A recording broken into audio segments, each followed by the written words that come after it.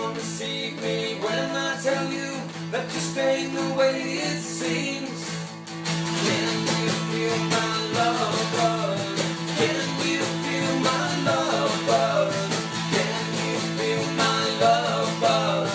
Can you feel my love, my love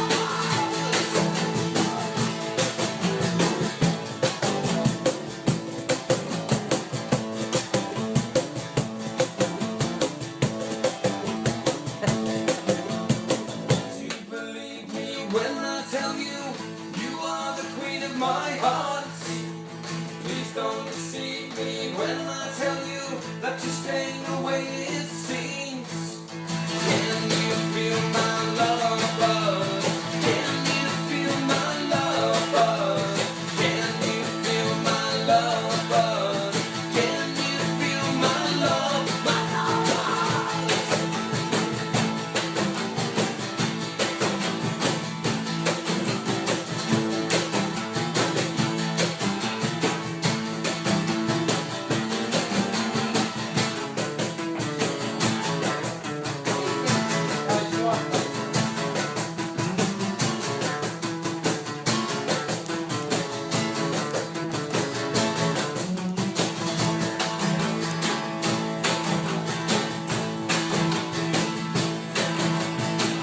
You believe me when I tell you, you are the queen of my heart. Please don't deceive me when I tell you that just ain't the way it seems. Can you feel my love buzz? Can you feel my love buzz? Can you feel my love buzz? Can you feel my love, my love buzz?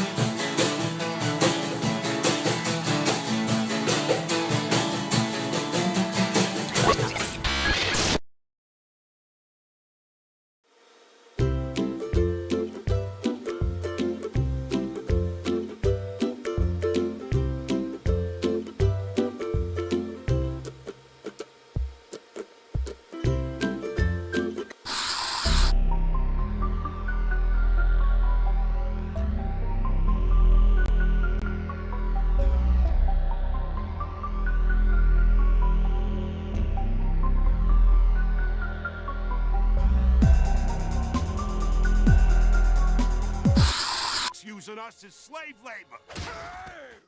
The uprising is upon us! We're under attack.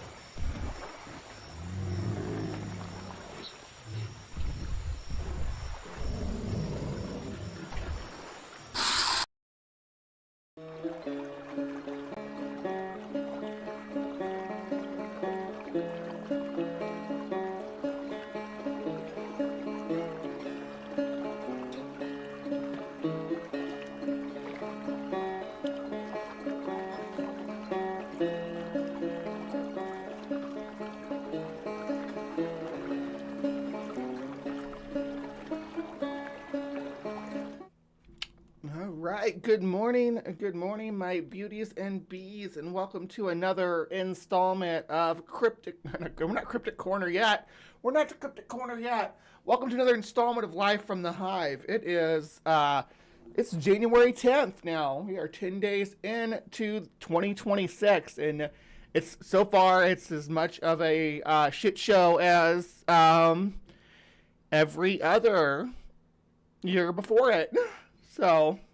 Go figure, right? But we gonna make the best of it. I see some people in here I don't see every morning or every Saturday, so I want to say hello specifically to Dr. Tapioca Weasel. Super early for you, damn. And Deep Arcs has been out for a little bit, and it's good to see you coming back. Good morning, everybody. See, we got Sandy was here bright and early with the Weasel. Ember was here, and Dave ready to stomp across the chat with their Bigfoot stompers. If you're a channel member, you can do that too. Or you can do the bees like Jason Jacoby did, right? You can do that too. Oh, good morning. Good morning. John Hudson is here. Ahoy, ahoy. Everybody's feeling my love buzz this morning. Love you guys. Appreciate everybody for showing up. Good morning.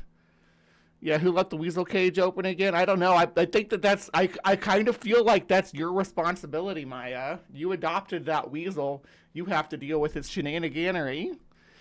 Especially since the Jester's not here to deal with its shenaniganery. Can you ban them? It makes you giggle. Well, I don't know. He doesn't have a wrench, so I suppose you could, but I'd prefer if you didn't. I like when people are here to watch. I like it. It makes me happy.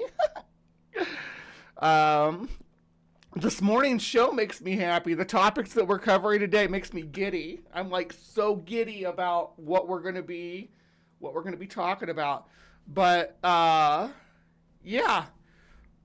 First of all, though, how is everybody doing so far? As of their 2026, let me know. Anything exciting happen? I actually had somebody. This is so pathetic because I'm in my 40s. I had someone give me roses for the first time ever in my life, like as a romantic gesture. My roommates Bo and Ben have given me roses and other flowers before when I was having a bad day, but from somebody with romantic interest to actually give me roses, please, more of that.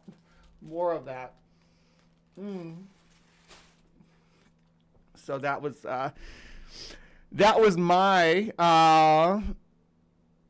my week this week, which I'm pretty happy about. Yeah, and also you need Cryptic Corner merch. We got you covered. There is Cryptic Corner merch coming at you. This is my Mothman.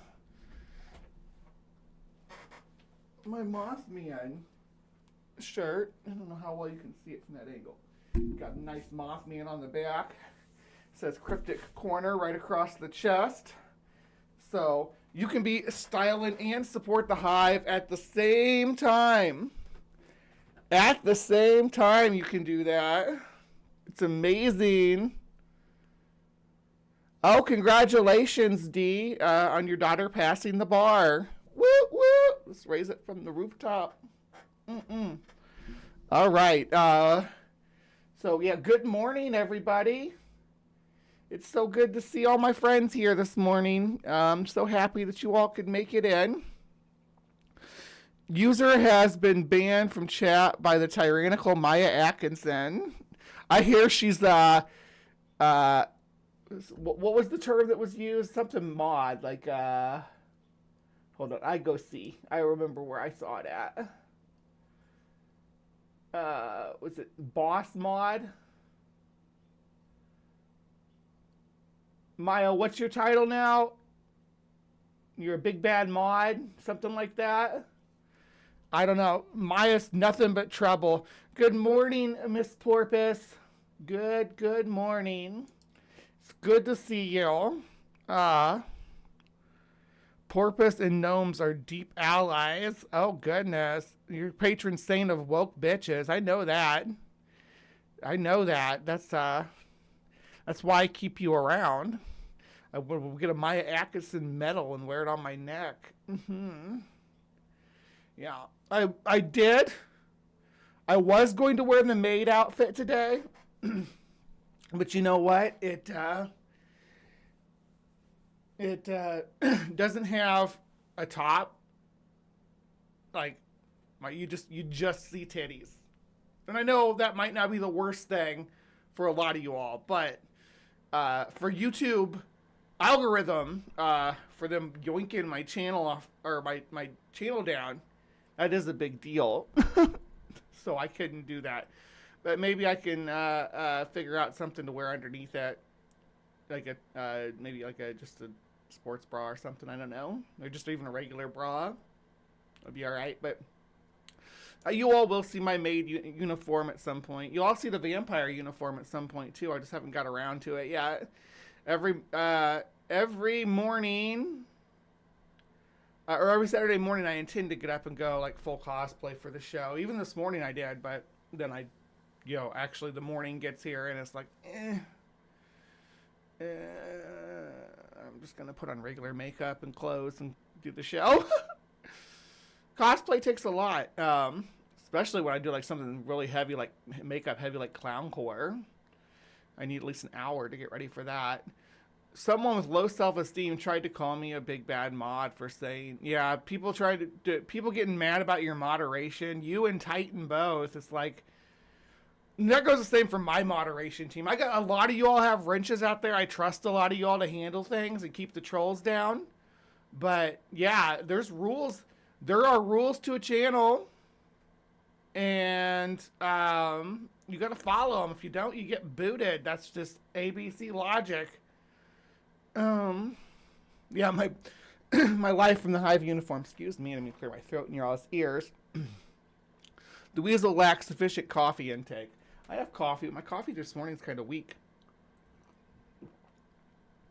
Because when I buy the coffee, I buy like the heavy stuff. And this is like breakfast blend, and it's really weak to me. But that's all right. I'll survive. I'll survive on breakfast blend. I've survived on less. Yeah. It's like there was, who was it? It was some, apologist. I want to say it was Michael Behe. There's a group that I used to moderate in, right? A Facebook group. I don't moderate it anymore. It was like a really high-end, snooty, nose in the air evolution debate group between creationists and non-creationist, I guess would be the best way to put it, because they would like to say creationist and atheist, but most people who reject creation are in fact Christian, which is kind of funny, at least in the U.S. But I digress. He came in there, and one of the rules was that you couldn't post links to YouTube videos. There was a big problem with it, and so you weren't allowed to do it. But this guy thought he was special because he was like a PhD apologist. I think it was Michael Behe. I really think it was, and he had to be moderated and have his post taken down, right? When he posted a link to his YouTube channel. It's like, no, you can't do that. If you can post a link to your YouTube channel, I'll be posting links to mine. You bet your ass I would. So, yeah. Anyway, so he got moderated, and he went on this big butthurt thing about how he was being silenced as a creationist or whatever. And it's like, no, you're being your posts are being removed for breaking the rules. You don't get free exemption because you're famous or some nonsense like that. But I digress. I'm digressing all over the place this morning. But I digress. Let's go to the polls, because it's poll time. It is absolutely time for polls. So let's see here, and I'm having like sinus drainage, so I'm sorry if I sound a little nasal. Boop, boop, boop. This way. Yeah. Okay. So on the polls, Amityville's been on here for a while. It only got 5% of the vote of 19 votes. So that's like one vote. Nobody's into Amityville, which is okay, but there's a lot to cover there that it's going to be fun. I think there was a tour we can go on of the house, too, if we get that one voted in. Both the Pale Crawler and the new kid on the block, the Siberian Unicorn that we're going to go hunting down, are pulling 21%. 33 is the loneliest number because Jesus got lynched. Holy shit. Well, Tapioca Weasel has been a member of the channel for 33 months. That's like basically his entire adult life. Let's keep that in mind. Since he hit puberty, he's been a fan of the Hive, and I don't want to hear anything different out there. All right, Sandy, it's good to see you this morning. I'm so glad you're here. Super mod. Yeah, I got a good mod team. I got the best mod team. On your second mug of coffee, but I'm still severely tired. Yeah, I didn't go to sleep last night until about 2, so I'm running on like 4 or 5 hours of sleep, but that's okay. That's all right. I'll get through this. I can always take a nap after the show if I need to. But what won on this week's poll for Cryptic Corner, which I'm so excited about, is these Argentinian gnomes, or duende, which are little goblin gnome creatures that are prevalent across South America, but their claim to fame as being Argentinian gnomes because there's the video of them crossing the street or whatever. We all know the story. We've been there. It's been about 15 years ago almost, maybe more than that. 15, has it been 20 years?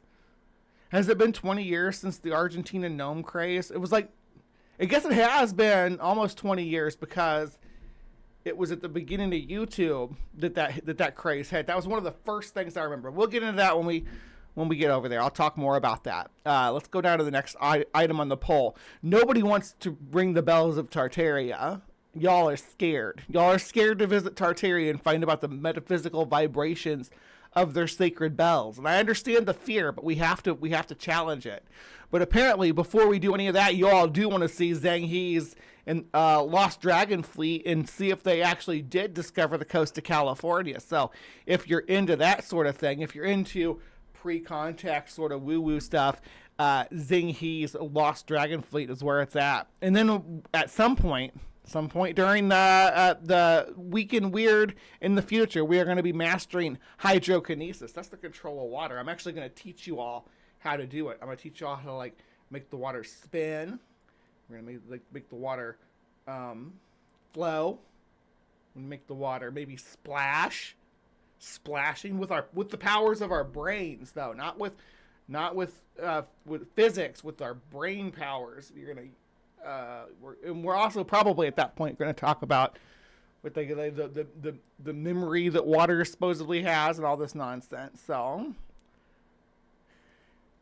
I thought it was a craze, but I was in the 14 community too, so it was like, for me it was like a big craze. I was like big in online forums and stuff like that. I would call it a craze. Yeah, everybody was like posting videos of these little gnomes doing this side step, but we'll get to that in just a minute. The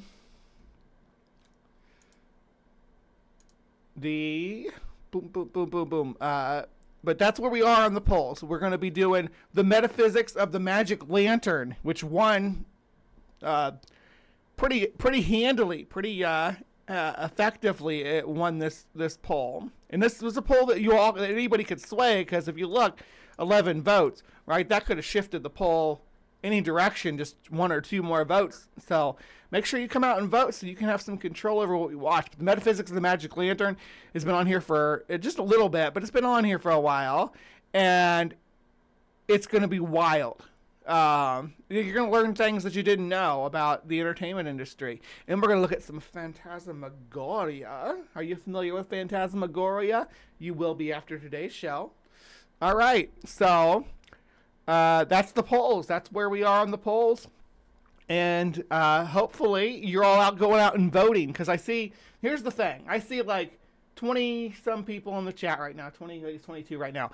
And if I'm only getting 11 votes on the polls, that means half of you guys are not voting. So I need to know what you guys want to see so that we can cover it, so that we can explore the weird world of the weird, so we can explore the world of the cryptic. Yeah, let's do it. All right, so I'm gonna take a quick little second to run. I'll be frank with you. I'm gonna smoke some weed while the thing's running, to run the intro for Cryptic Corner and to run our activism thing. So I will be back with you in just a couple minutes, and we'll be starting Cryptic Corner right from the from home plate. All right, see you in just a moment. We need to build a wall. We need to build a wall. We need to build a big, beautiful wall. We need to build a wall. We need to build a wall. We need to build a big, beautiful wall. We need to build a wall. We need to build a wall. We need to build a big, beautiful wall. We need to build a wall. We need to build a wall. We need to build a big, beautiful wall. On her way to work one morning, down the path along the lake, a tender-hearted woman saw a poor, half-frozen snake. His pretty-colored skin had been all frosted with the dew. Poor thing, she cried, I'll take you in, and I'll take care of you. We need to build a wall. We need to build a wall. We need to build a big, beautiful wall. We need to build a wall. We need to build a wall. We need to build a big, beautiful wall. We need to build a wall. We need to build a wall. We need to build a big, beautiful wall. We need to build a wall. We need to build a wall. We need to build a big, beautiful wall. But if I hadn't brought you in by now, oh heavens, you would have died. She stroked his pretty skin again and kissed him and held him tight. But instead of saying thank you, that snake gave her a vicious bite.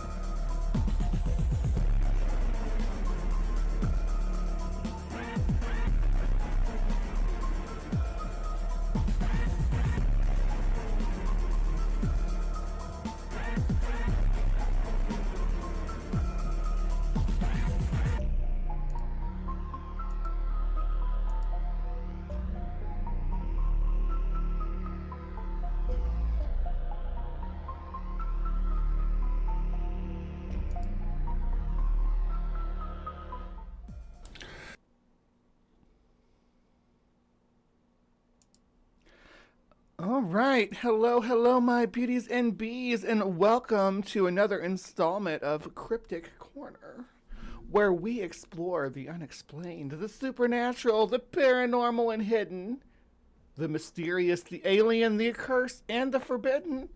I'm your host, Miss Bumblebee, world's leading cryptozoologist and YouTube superstar. So welcome to the show.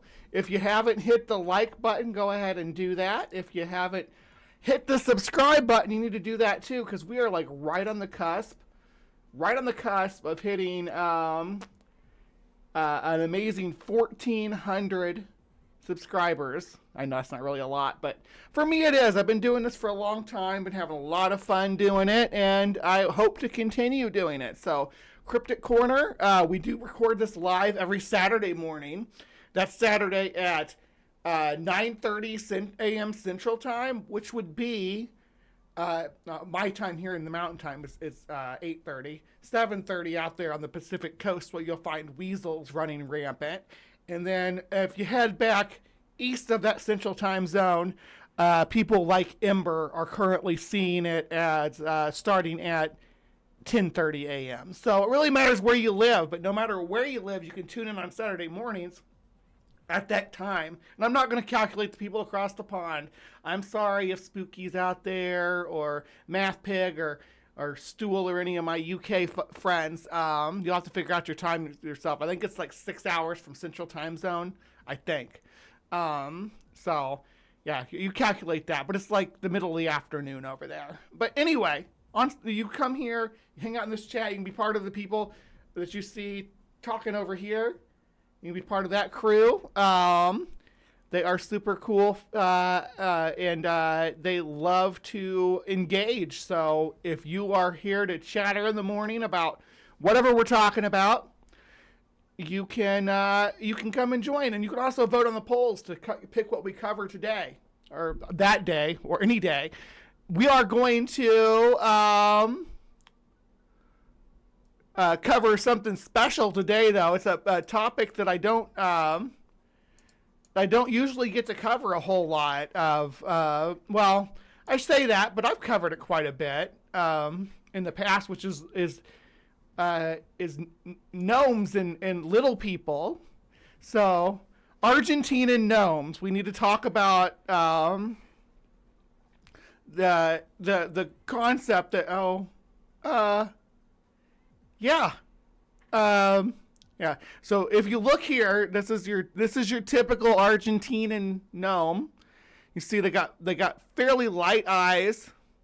This one's not wearing its gnome hat, but they got great set of tits, and a subtle smile.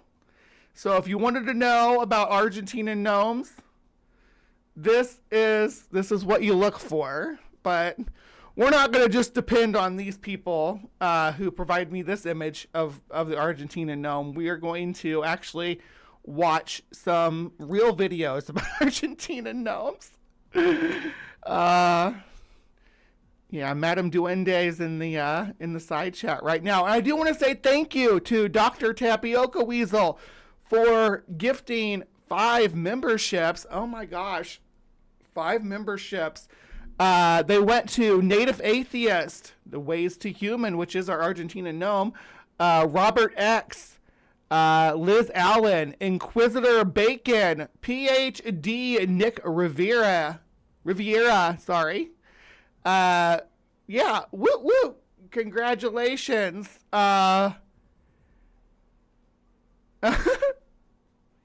Would anybody have a weasel tranquilizer dart? No, as long as he's giving me money, you do not tranquilize that weasel. Do not tranquilize the weasel as long as they're paying me. That's the rules. All right, so what we have here is I got a shorter, well, kind of a shorter video. It's 14 minutes. It's going to take up most of the Cryptic Corner time. Video of about what the duende is. And then we're going to do some videos showing people catching them on camera, which I'm excited for. Are you excited for? Yeah, let's do it. All right. So making sure, let me know if there's any audio issues. I'll keep an eye on it, but all right. We got to restart it though. I don't know why we're out in the desert. All right. There's no sound yet. But Swamp Dwellers, the channel.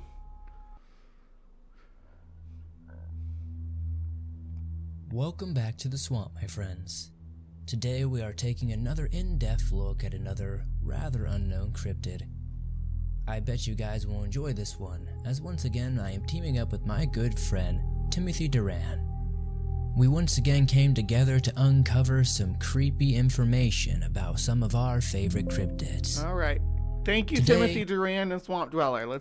We found one that is not known to many outside of the hardcore community. Cryptic Corner time. And I bet you're going to enjoy this one. So, without further ado, let's get right into this documentary.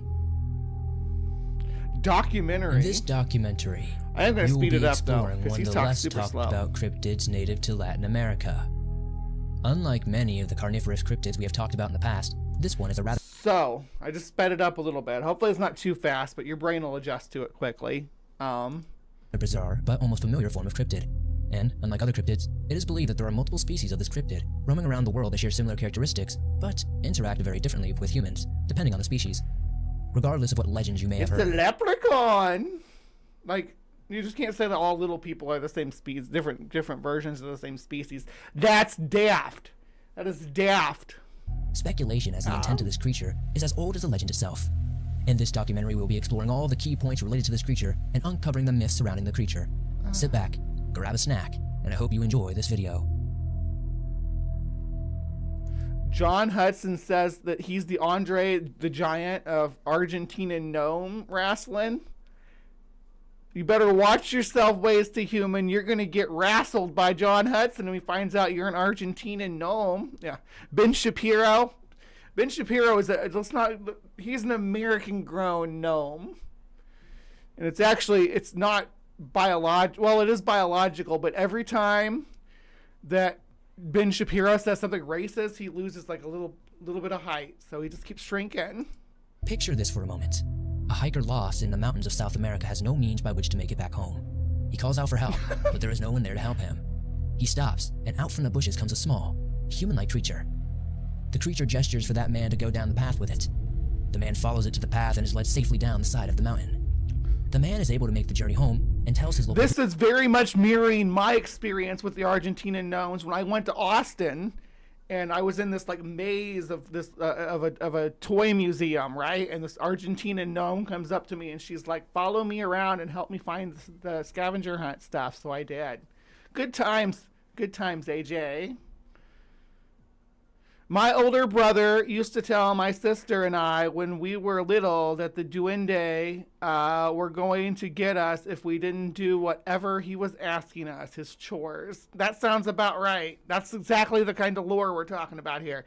Is this a duende right here? This little, or is this a kid? It looks like a tiny adult though. I'm thinking gnome. Definitely gnome. ...village of what he witnessed while up in the mountains. Most people dismissed his telling of this creature as a hoax, but those who were aware of what the man described believed him. Now, picture this. A similar being like the one that was previously mentioned is now dwelling within the walls of your home. Silently. I have fantastic boobs, and I'm not going to shut up about it because I have went my whole life without them, and now I finally have them, so deal with it. Booby Bree. Waiting for you to fall asleep. Once you fall into a deep slumber, the same creature comes out from within the walls and pulls off the blanket covering your feet. Once uncovered, the creature begins to trim at your nails until, on accident, it cuts off the entire toe. Frantically, the creature works to stop the bleeding and retreats back into the wall with its new. See, that reminds me of Cat's Eye. Y'all remember Cat's Eye, the Stephen King, like, it was an anthology movie. It was like a whole bunch of little stories. But there was one with baby Drew Barrymore in it, and there was this little goblin dude that crawled out of a hole in her wall, but he tried to steal her breath. He'd pinch her nose and steal her breath, and the cat would like fight the goblin. The parallel is pretty clear too. The thing that always got me about that goblin was because he wore jingle bells. Why the hell would you wear jingle bells if you're trying to sneak around at night and get people? Especially if there's a cat chasing you. Everyone loves tacos and boobies. Can I say boobies? I don't think my brother was smart enough to think of trying to manipulate me, says Aunt Jer. Yeah. My brother and sister manipulated me, mostly my sister, though. Well, if my aim is epic, then either Kip or Journey gonna get it. Well, we'll see. We'll see what happens. Went to D. Murphy. Yeah, that's Stacy's mom. It went to Stacy's mom. You're aiming for Kip, and you hit Stacy's mom. They don't look anything alike, Weasel. Get your little beady eyes checked. Try again though. Keep throwing dollars at me. I love it. Yeah, AJ did. We did hang out like the whole time we were at the toy museum. AJ, well, she didn't follow me around. Maybe she did a little bit, and I followed her around a little bit. Followed Arden around a little bit too. But AJ doesn't relay the fact that I'm 7 foot tall to anybody. Eyes. These two stories are quite different, but have one thing in common. These are both common versions of stories that have been used to describe an elusive creature. He did it again and missed again. It went to David Larman. I don't know who that is, but congratulations, David. You can stomp across here with Bigfoot footprints. So can anybody who's green or some of y'all that are red too can stomp across there, blue. But the green people can definitely stomp across the chat. So keep that in mind. That has its roots in Iberian, Latin, and Filipino folklore, known to many as the duende. Unlike many of the other creatures that you likely have heard of, the duende is a bit more complicated when it comes to the backstories and the roots of where it became. The duende, or Tata Duende, as some might refer to it, is a creature. Tata Duende. See, I told you boobs were going to make a comeback. I'm going to keep making titty references, and y'all can just admire my amazing chest. Maybe I'm going to have back pain when I get older. I don't know. It's worth it. No one can hit me, teases Kip Davis, challenging the entire chat to gift memberships until he gets pinned with one. Yeah. The invincible Dr. Kip. Uh-huh. Both the screen names start with D. Yeah, he was getting so close. Lick the like and grab the subscribe button by the neck. Do it. Do it. My brother just used brutish tactics like hiding and scaring me and punching me. Mind games are above his pay grade. With Forrest and Dan there, it was hard to notice anyone else's height. Yeah, they're both like super tall. Yeah, you can buy a cryptozoologist a coffee too. Oh. Well, hot damn. Was that... Oh, why has it got a half hidden? Yeah, Jason Jacoby buying memberships. And I think they missed Davis too. They ended up hitting Stephanie. They hit My Unfinished Journey. Oh, they did hit Kip. They did hit Kip. Woo! Jason picking up where the Tapioca Weasel's failing. Maya Atkinson got one too. And Bryce Vining got one. And then the Weasel in its Weasel-like fury gifted 5 more memberships. And they went to Kelly, the Detroit Atheist Queen, Spooky Bedhair, Sapphire, T.S. Christian Slays, Right-Handed Sith. Yeah, woo! Go, Hive live chatters. You all are killing it this morning. Thank you so much. He truly has the biggest dick. Take that, Weasel. Somebody got Davis, though. I want to see Kip Davis do the Bigfoot stomps. Can you do the Bigfoot stomps? Like Jason did right above. You see that? Yeah, I need you to do that, too. All right, we get back to this video. We're never going to get through this. It has many roots and legends and folklores in countries from Portugal to Philippines. The name Tata Duende comes from the Mayan word tata, meaning old man or grandfather, and the Spanish word duende, meaning dwarf or goblin. This creature is generally seen as an elf-like creature and tends to lurk in more Latin American nations. The Portuguese have described the duende as a creature similar to that of a leprechaun and say that it whistles a song while walking through the forest and tries to lead children astray, causing them to get lost and not to remember their way back home. We need to add that to the, I'm going to add that right now to the polls.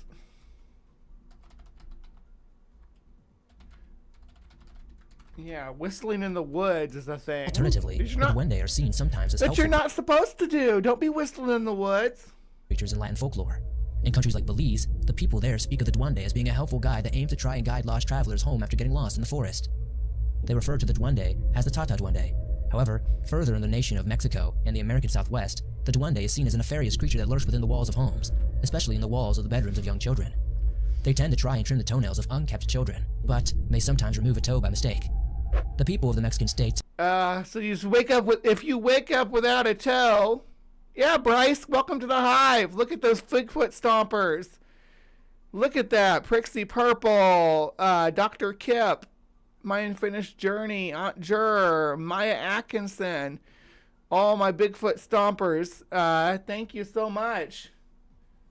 Woot woot, as they say. As the kids are wont to say. Oaxaca still hold a firm belief in this creature's existence. As for the legends of Filipino origin, they were categorized into 2 types of duende, the being of good and evil, with their colors being white and black respectively. They are told to dwell in caves or unvisited parts of houses, and some people from the Philippines believe you become cursed if you step on one. With all that said, let's dive a bit deeper into some of the speculation around the creature and get to the heart of the understanding of this cryptid. When things go bump in the night, the first instinct for most of us is to either fight what's in the dark, freeze, or run from it. Often enough, some people mistake... And I will say, I used to have nightmares about a duende, like creature under our porch. It was crazy. I still have all my toes, luckily. Yeah, your brother would have cut off your toes just to prove the point, huh? Morning, Helen. ...in the night for some other cryptid. However, just because a cryptid may be out in the forest with you does not mean it's something of the more typically feared and loathed cryptids. As stated before, the duende has roots in folklore spanning around the globe, with sightings on almost every continent except for Antarctica. The Spanish and Portuguese were instrumental in spreading the folklore of the duende far and wide, but sightings have been made in countries... it has Iberian origins, and it's spread all over Latin America, from Mexico to the tip of Chile. And on continents that are largely out of the area of reach that the original telling of the legend was made. Some sightings have been reportedly made in both Eurasia and in Africa. To say that the duende is a well-traveled cryptid would be an understatement. Some of the misunderstandings of the nature of the duende... It's weird to think of the Philippines as part of Latin America, but they really are. Because they're on the other side of the Pacific. But they really are. The Philippines are Latin America, too. Or I guess they're not Latin America. They'd be Latin Asia. But they're part of, like, there was they're called the Latin Triangle, which was from the tip of Chile to California at the time. And then out to the Philippines and then back. Kind of funny, Hawaii is right in the middle of that, but was never conquered by the Spanish or the Portuguese. Come down to a Conquered by the English, but yeah. Understanding of the nature of categorical biology itself. Allow me to explain a bit. Most biologists, and by extension cryptozoologists, would try to categorize different creatures into a category known as a binomial nomenclature. This basically means that every species on Earth has been categorized and labeled as a species, has a two-part name consisting of the genus the species belongs to and the species name itself. This was a system that was developed by a Swedish botanist and zoologist named Carl Linnaeus. Why are we talking about binomial nomenclature when we're talking about gnomes? Are we going to get into species? Are you gonna categorize the duende as a species? As the father of taxonomy. All of this is important in understanding the nature of the duende, as sightings and speculation. How'd you pronounce that? All of the Swedish botanist and zoologist named Carl Linnaeus, otherwise known as the father of taxonomy. All of this. Okay, hold on. So a couple things. Linnaeus is how it's generally pronounced, but it's also the word you're looking for there is taxonomy, not what did you say? I don't know how you pronounced it. It was weird. Taxonomy, though. I don't usually bust people's balls about how to pronounce stuff, but I think this is the AI voice, so I'm not feeling too bad about it. But we're gonna do some gnome binomial. There you go. Gnomish nomenclature is what Ember says. As sightings and speculation as to the nature of the duende vary wildly depending on what part of the world you are hearing about this cryptid. Much like other animals and creatures, there are likely different species of the duende that exist around the world that all share different characteristics and behaviors that differentiate them from the other species of duende. Duende is much like the term reptile, in that it categorizes a bunch of cryptids together into one group. But in regular scientific research, most researchers won't use the common categorization for species like the term reptile, as it does not categorize. That's because reptile is polysemous, because a lot of people will remove birds from that. If you remove birds from that if people use it as a colloquial term for all extant diapsids, except for the aves or aves, depending on how you want to pronounce it, birds, except for birds. But as which is not going to be something you're going to see in phylogeny. But if you include birds in there, then reptilia is a monophyletic clade, and that works. But there's para-reptiles that used to be a clade, all kinds of weird stuff. But yeah, generally when someone says a reptile, they're using it colloquially to mean a diapsid that's not a bird, even though birds would be. Anyway. All of the animals that fall under the same family tree. Birds are considered part of that same family tree, but are not considered reptiles. Oh, he's not. Much in the same way, we cannot fully consider a duende to be truly cryptids, as some cryptozoologists have tried to lump in animals, such as the black-headed spider monkey. Even though the measurements in height not matching up with the average species of the spider monkey, this speculation is common in cryptozoology. Okay, you just show me the measurement someone took of a duende, and I'll believe you. Yeah, you present to me that evidence, and I'll believe you. Good morning, Mirren. In regular biology, where scientists will speculate over physical characteristics and behaviors for decades in regard to where they fall in the tree of life. The reason all of this is important to consider is because the stories of the duende vary so much depending on the region of the world that you're in, and many people may not actually be dealing with the same kind of creature, and may in fact be dealing with different species of cryptids. For example, some people have described the Tata duende as a small man with a lot of hair and a hat. There have been claims of it being found alongside a child. The creature lacked thumbs in its voice and transferred. That looks like a red cap, though, not a duende. Look at that. That's a red cap, right? That's would be my opinion on what until this the call of his mother broke the trance. Which is also what the thing in the wall in Cat's Eye is supposed to be, by the way. Just to circle it all the way back. Other experiences, such as the uncle of a native having been entranced by another duende's voice while out in the wilderness, are also out there. It is said this creature was a shape-shifting, supernatural being that could be summoned by a Mayan shaman through prayers and incense. It was reported that the creature was I've heard it pronounced a couple different ways. Hey, chat, anyone know what the odds are of Kip's complete lack of math skills being relevant to Dapper's show later today? Kip, are you on Dapper's show? I heard many Filipinos say that depending on the situation, they'll say they're either Asian or Hispanic, whichever suits the situation better. Yeah, that's kind of the thing, isn't it? Is Dagan feeling better? He is, but he is impossible to walk around the block. This is just time for me and my old girl. Yeah. And was not a spirit and had been adorning a golden Mexican mariachi hat, according to this version of the tale. I love him wearing a mariachi hat, though. Don't take that away from me. I want my duende to have a mariachi hat. Is that too much to ask? Oh, where am I? Oh, there. About the Tata Duende, like the one from Belize describes as Duende, has a red hat and was wearing animal skins for clothing. It was told a Duende would become very angry if people were to shoot and kill birds for no reason. Duende in this version of the legend transformed into a red clay when they feel tired and will transform back into their creature form when awake. So it is advised not to take any clay figures you find in the bushes of Belize, as any Mayan figure. That's very gnome-like too, that they turned a statue. Interesting. It's all coming together, and the red caps. So they are the same species as the red cap. What do you know? It's a species, you guys. It's not. Yeah. So, what are we gonna call the species? Like,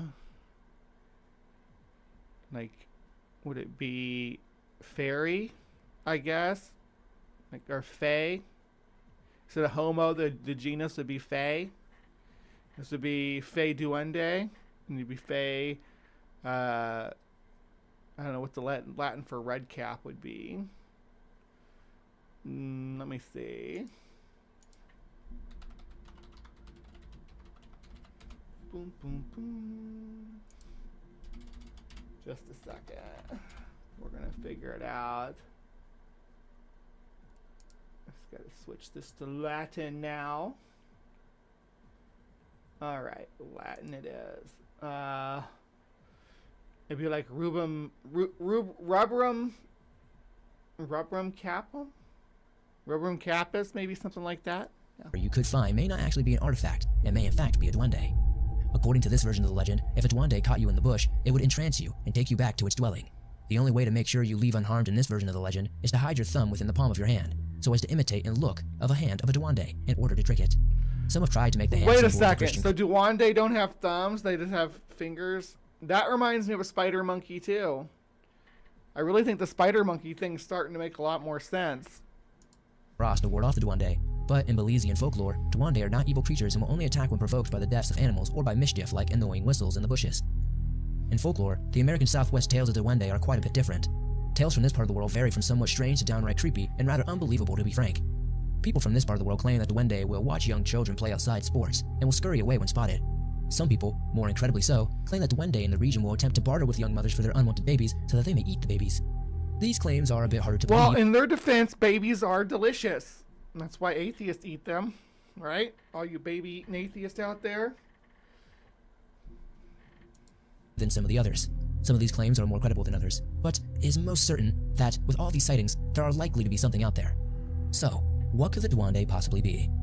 It might be easier to explain what the duende is not, rather than what it is. The duende is most certainly not a spirit or anything of that nature. It is most likely that this creature is highly exaggerated in its power and in its intent. More likely than not, this creature is a tale that has been exaggerated greatly by Spanish and Portuguese conquistadors from the olden days with the roots in real-life creatures like monkeys. The legend did not exist mostly outside of the circles that the Spanish and Portuguese occupied, so the origin is most likely that of Iberian in origin. Some with roots in Latin and African. So that's the thing too, like when Europeans first got here, they thought, yeah, the monkeys, the we have the howler monkeys in the New World and the spider monkeys with their weird, well, all their weirdness. This monkeys of Southeast Asia too. Like when they first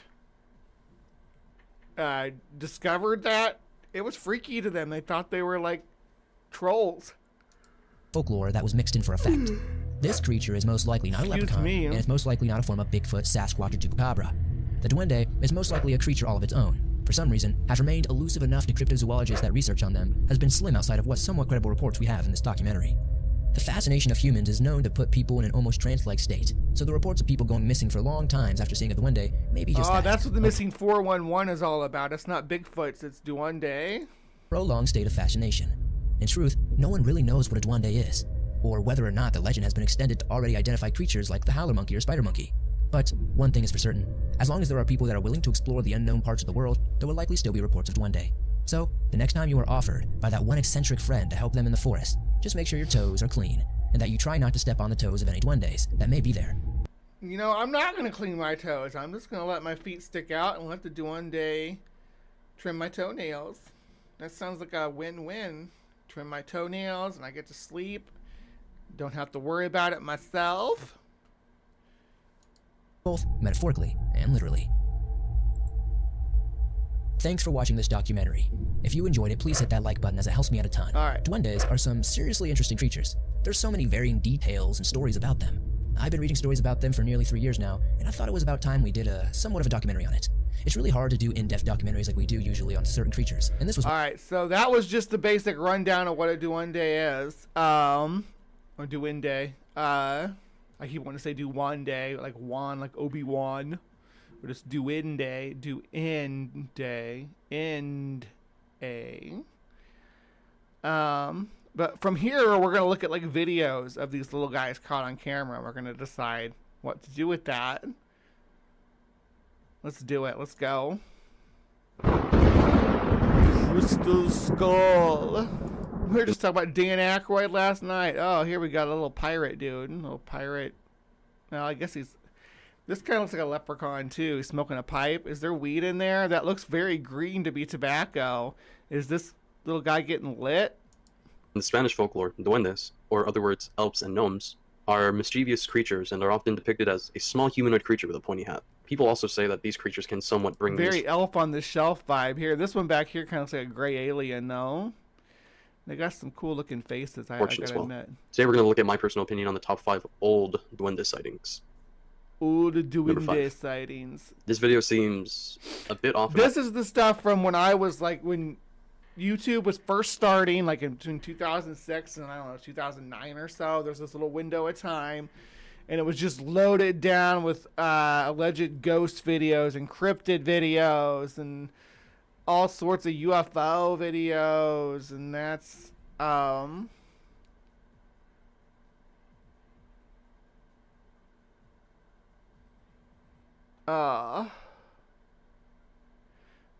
Bree, don't mention that verbally. It's unlikely she isn't reading, but if not, then that's hilarious. Does everything taste like chicken, or does chicken taste like a certain creature that has since been extinct? Ooh. Dropping the thought-provoking commentary as always, Ryan. That's why I like it when you're here. My personal opinion. The beginning of the video states, the 2-year-old boy who plays with the elemental beings, first part. Then it cuts to a woman taking footage of her baby. It may seem innocent and all, but then out of nowhere you can see a small creature running past by the baby. Then the audio gets corrupted for a brief moment. Then the creature disappears. Right there. And it's even like just a regular... I keep missing it. It doesn't look like a creature, it looks like a dude.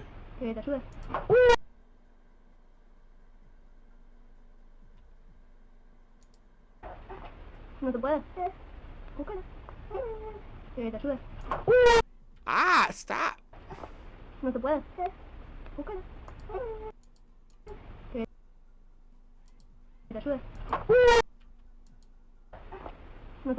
Come on!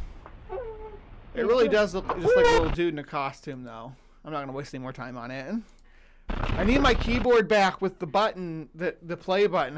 Having to click when I want to push play is annoying. But I ruined my keyboard with a, I think it was a sour apple pucker shot. Spilled it on my keyboard, and it's like my cordless one too. This one I got right now has a cord on it. I do like the LEDs, but yeah, I need a new keyboard. This one is Ben's old keyboard, so I appreciate that. I got his old mouse too. Oh, the staticky sound too. To slide under the door. It did like a power slide and it went under the door too. In my personal opinion, I believe this could be faked. I'm open to believe that it could be real, but until further evidence, this video is fake in my opinion. No, it's Also, that's the beginning- definitely a guy. Like a guy with what do they call that? Where they put the it's a film technique. They used to use it a lot back in the old days. They use CGI and stuff now, but it used to be that they would put just two splices of footage together, like literally lay the film on top of one another, two pieces of film, with one in the background and one in the front. I think that's what we're dealing with here, like a camera, old-timey camera trick. It also may give it away, so there's that. Number 4. In this video, a group of friends look like they're in some kind of house or some kind of garage of some sort. Then the group of friends then proceed to laugh and giggle about some kind of quinceañera. As they're all speaking, the cameraman seems to spot something under what looks to be a ladder, and he's yelling out the phrase, "No way, no way, no way." Take a look for yourselves. Look at these old digital cameras with their blurred pixelation. You don't just blur the pixels.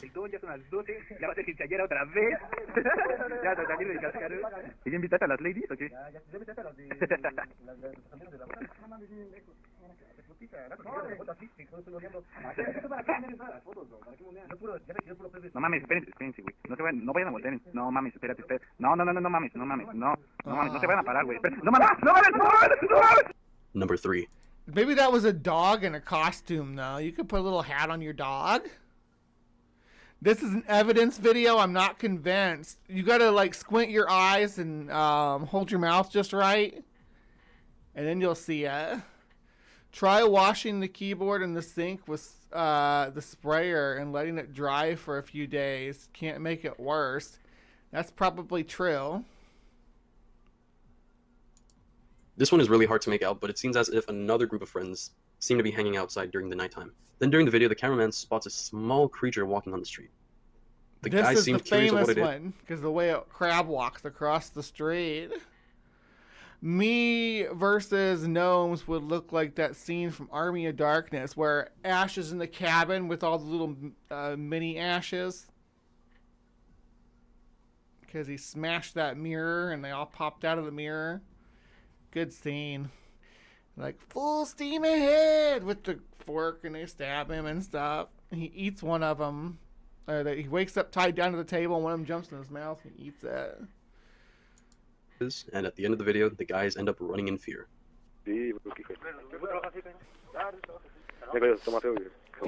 of the gnome. Show me the gnome. This is the one that sticks in my brain the most, though.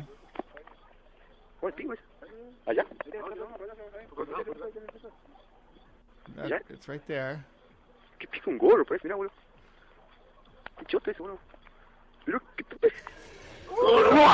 Number 2. In this video, Hold on. Look at the way this guy moves, though. It's so funny.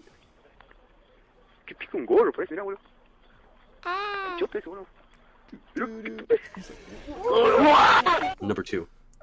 In this video, another group of friends I'm gonna go full gnome on you. in the house playing with the hacky sack.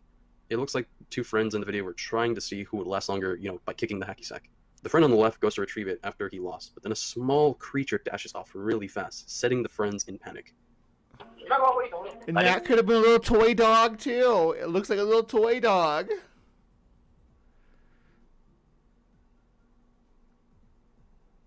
Oh. I move in silence like the G in Gnome. Hell yeah. He drinks a pot of boiling water, but in my case, it would be coffee. And then the guy would get all hyperactive. He honestly says, how about some hot chocolate before he jumps it down his throat. That's like one of my favorite movies of all time, Army of Darkness. Bruce Campbell is my daddy. I love Ash versus the Evil Dead, too. Don't compare dogs to chickens. Like and share instead. Yeah, some of these might be chickens, too. I didn't think about that. They could be chickens. But I think some of the little clothes that they put on them.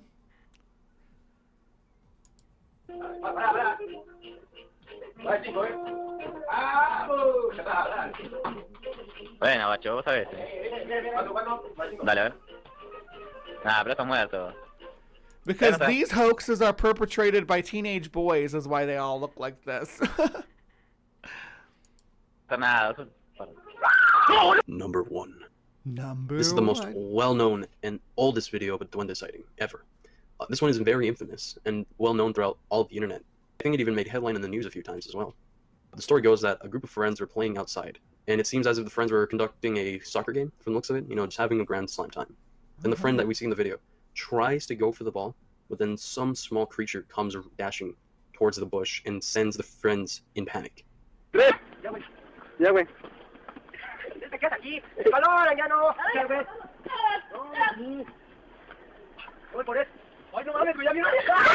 If you have an idea for a That could be a bird.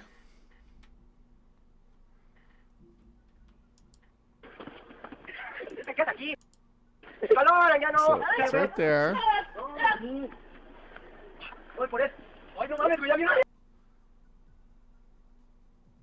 And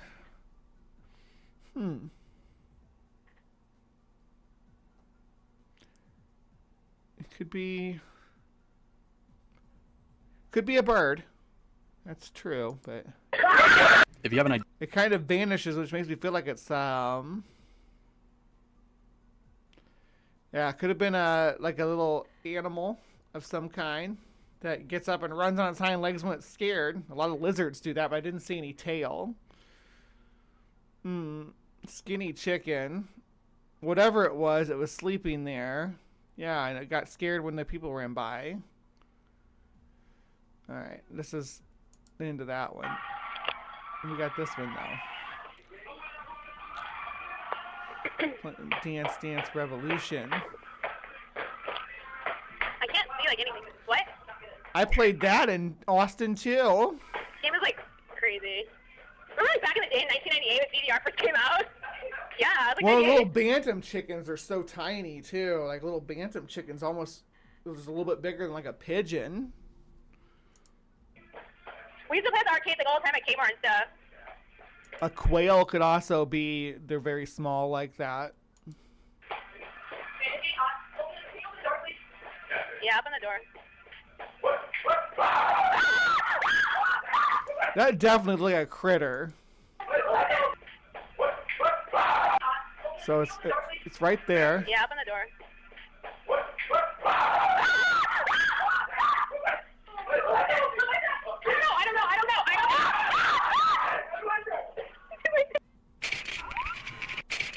That was a critter, for sure. Sir Spooks is gonna bring us some... Hello everyone, my name is Sir Spooks, and today we'll take a look at 5 gnomes caught on camera. Yes, gnomes. At first I was a bit skeptical, but the suggestion seemed to be very popular. I was very hesitant about making this video as I thought the idea was absolutely ridiculous.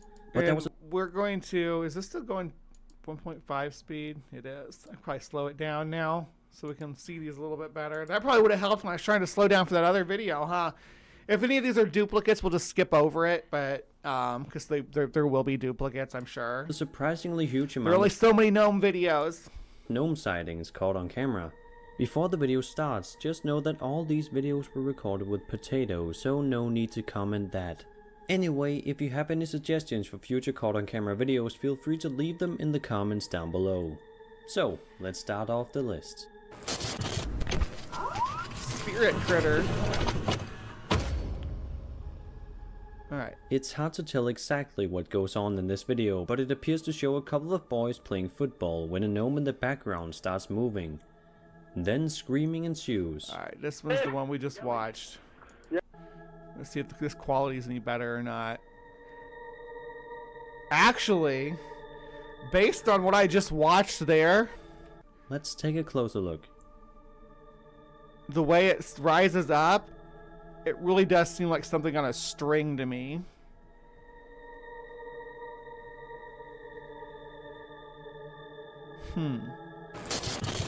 I did like that yeah, because there's like no leg movement or anything. It just kind of rises up and then floats away. But if it's got little tiny bird legs, the camera might not have caught them.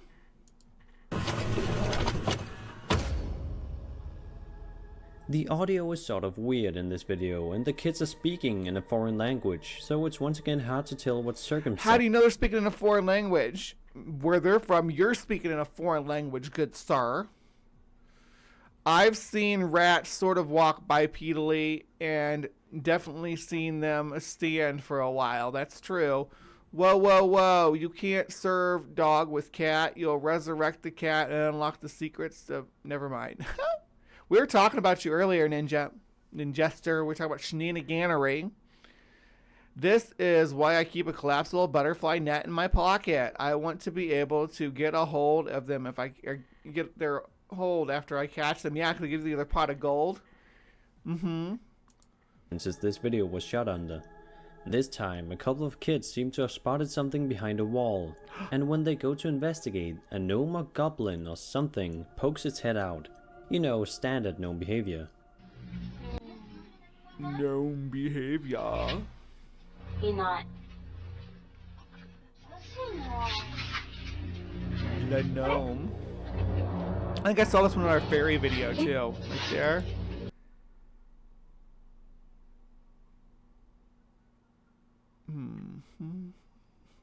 So I'm guessing this is supposed to be the head and like a shoulder peeking around the corner. No arm though.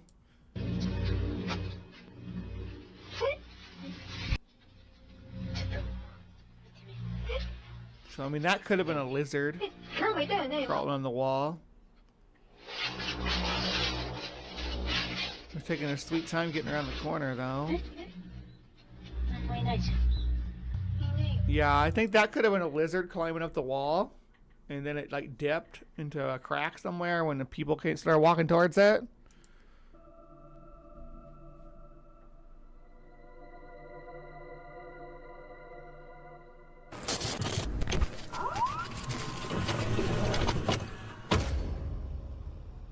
There's no audio in this video, button. which is always a bit of a suspicious clue as to whether the video was real or fake.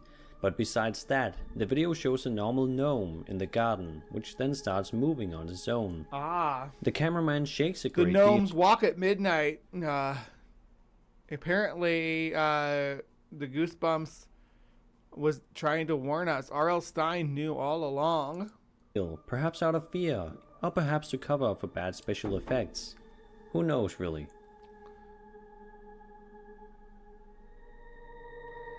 Alright, is it gonna start walking? What's it?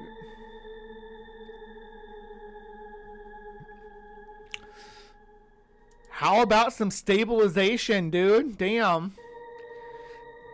Sorry if you're susceptible to seizures in the side chat. Holy shit.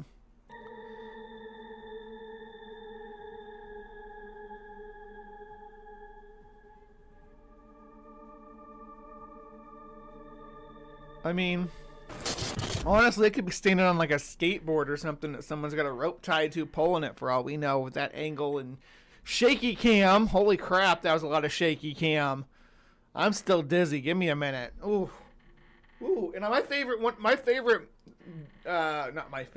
my favorite genres of horror is found footage. And so I'm used to it. That was like exceptionally rough shaky cam. Number 2.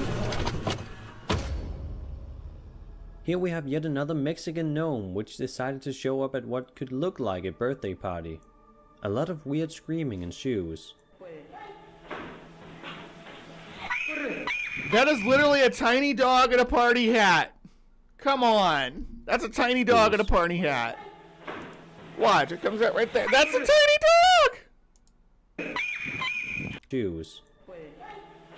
Tiny dog, tiny dog. And they put like a party hat on it. Did L.A. Marzulli say that? Yeah. Did you find out about L.A. Marzulli through me, Dave, or did you find him a different way? Some people find him through like the creationist. He's not a creationist, but like through the biblical realist kind of talking points, or some people find him through like the cryptozoology stuff. Did you find him through me? Because I've been covering him for years, but.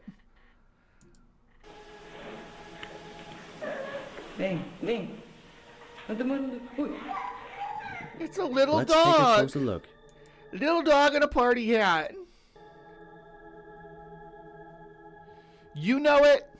I know it. Little dog.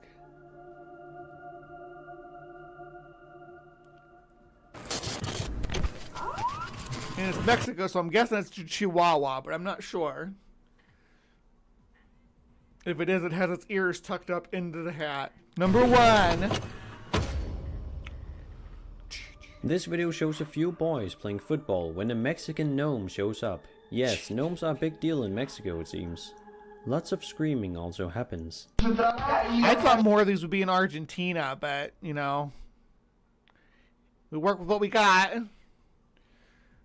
Biblical realists are crazy, and we know that the real truth is that Zarahemla was literally real. Oh, do we now?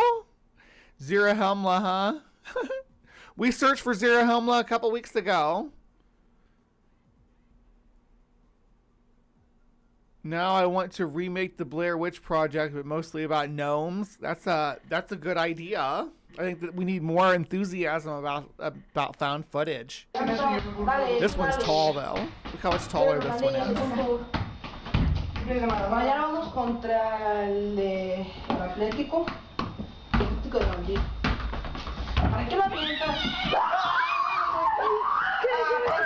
That was a Jawa. They're usually found on Tatooine, trading mechanical parts and ship parts and stuff. Like, but in all reality, I think that there's very real possibility that that's a small child.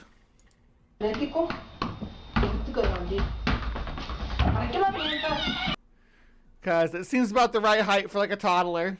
Put a toddler in a Jawa robe. Yeah.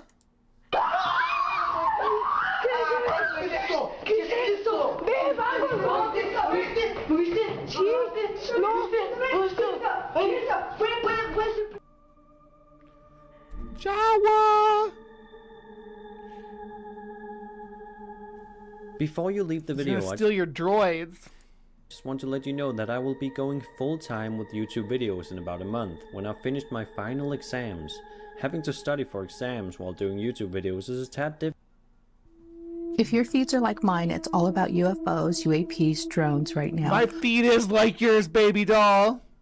We are birds of a feather. Well, we also still need to talk about the creatures people are beginning to see around them.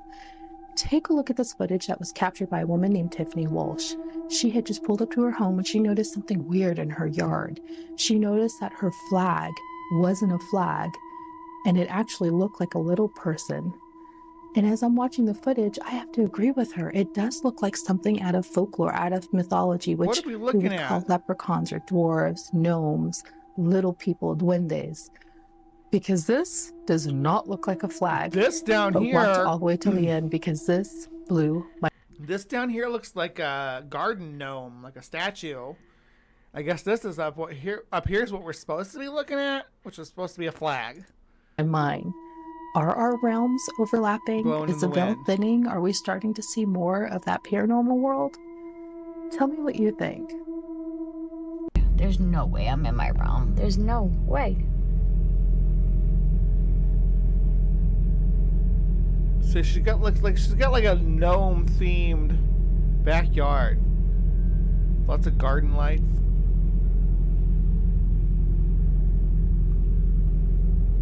Shit. Where's my flag? My flag was just doing some crazy stuff. It's right there. Right here. Okay. Show me the crazy. I think that light right there is a reflection off the window, though. So just... And that looks like a gnome crouched taking a dump, but it looks like a gnome statue. And you can tell that she's like into gnomes because there's another gnome right there with a curly hat, and there's a gnome down here in the front. Right? Look what my flag's doing. That's my flag. Is it? It looks like a gnome statue to me. Actually, that's just one thing. I mean, I'm seeing all kinds of crazy shit. What's a little gnome statue doing this? That's what it looks like to me. Maybe that Does isn't. that look like a normal flag to you? It looks like a being. Is he holding a lantern? It looks like a gnome statue holding a light up lantern. Because I take it back that this is a reflection. I don't think that's a reflection. I think it's actually a light that's out there. And I think this is a gnome statue holding a lantern, and maybe windy or something. And the lantern's blowing in the wind. It doesn't look like a flag though. Whoa! Or wait, is there a bush with a right leaf? Now. So I think there's a bush maybe in front of the flag, or there's the flag's in front of a gnome statue holding a lantern. There's definitely a leaf blowing in front of this section right here. There's definitely a leaf blowing. Or something fluttering. It looks like a leaf though.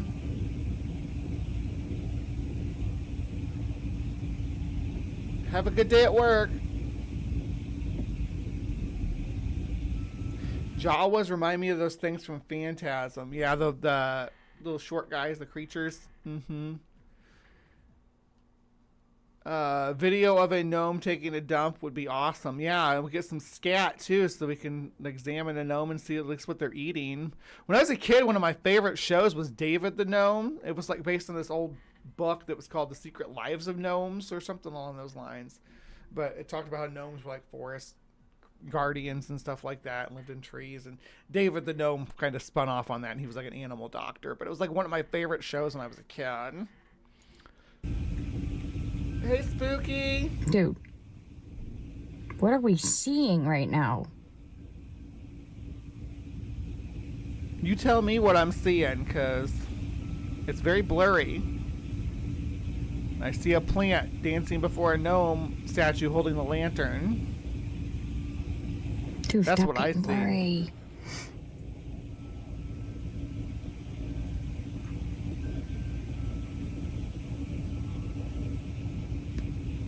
Whoa.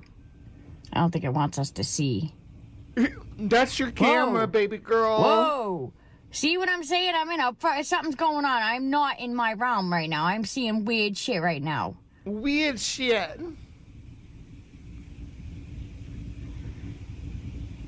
You've been nominated.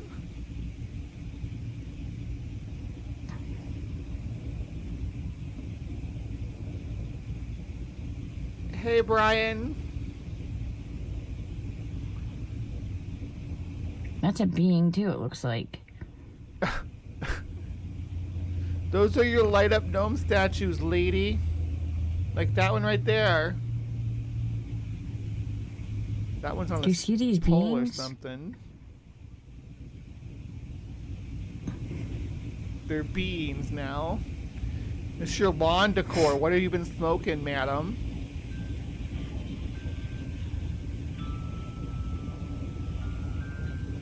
Oh my god, now watch. Look what's going on. Yeah, oh my gosh, the whole world got blurry, right? There's the flag.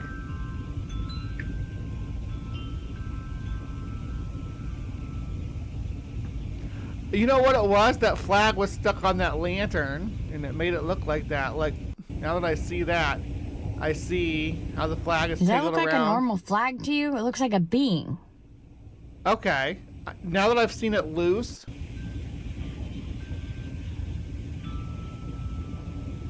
Now that I've seen it loose. Oh my god, now watch. I get it. Look what's going on. Haha.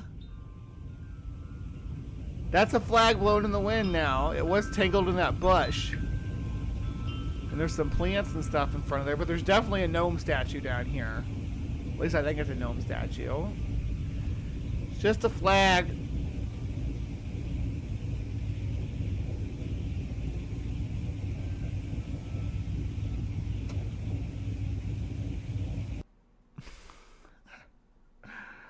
All right, I think that's it. Yes, that is it. All right. Cryptic Corner. Argentina. I guess I could have just, instead of saying Argentine gnomes, Argentinian gnomes, I should have said just Latin American gnomes. But when I think of it, Argentina is what comes to mind, because a lot of those videos with the gnome walking across the street and stuff are from Argentina. Apparently, a lot of them are from Mexico too. But I like Argentina. Okay, deal with it. Deal with it. Okay, so that was our cryptic corner. Like, what do you guys think about gnomes? What do you think this phenomena is? I think it's mostly teenage kids bored with low resolution phones at night in a rural little town, having some fun. So funny how it looks like a gnome with all the other gnome statues around. Pareidolia, right? That's kind of what I'm thinking. I pareidolia'd me because I was like, yeah, there I do see the shape and stuff.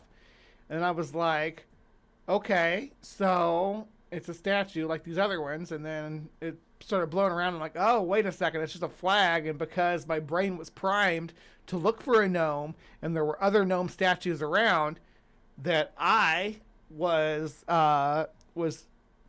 my brain was tricked into seeing gnomes as well. There's nothing wrong with experiencing pareidolia. There's nothing wrong with that. We all do. We all see the faces and the wood knots. We all do. It's completely normal. That's why there's a phenomena to it. But when you start to insist that you are above pareidolia and what you see must be factual, well, then you're just deluding yourself at that point, right? But you tell me down below if you disagree with me or if you think that this gnome situation is different or real. Yeah, tell me down in the comments. And please remember to be kind. Take care, and we'll see you next time. All right, live from the Hive audience. You know the drill. Don't go anywhere. The show's not over. The show's still just getting started. We were like 1/3 of the way through the show. You found my new emojis. I had more spaces than I thought I did. So I was like, oh, you know what? I'm gonna make emojis out of these anime pictures of me. So enjoy those, along with the Bigfoot stomps and all that fun stuff, the pride moths. But when it comes to Duende, I think we are Duende, because there's nothing more to say. But soon, I will be back. I'm going to take a quick intermission and go potty. Do not leave. Do not make your exit yet, because we have the magic lantern stuff coming up here. And if you don't know what a magic lantern is, you need to participate. You need to come and watch, because this is something you're not going to want to miss. Yep, there's a Loch Ness Monster. I don't know if I like that one anymore. It's kind of hard to tell what it is. It's cute, but it's hard to tell what it is. It's made out of art I actually made myself. All right, so I will be back in just a second. Don't leave, and enjoy the intermission.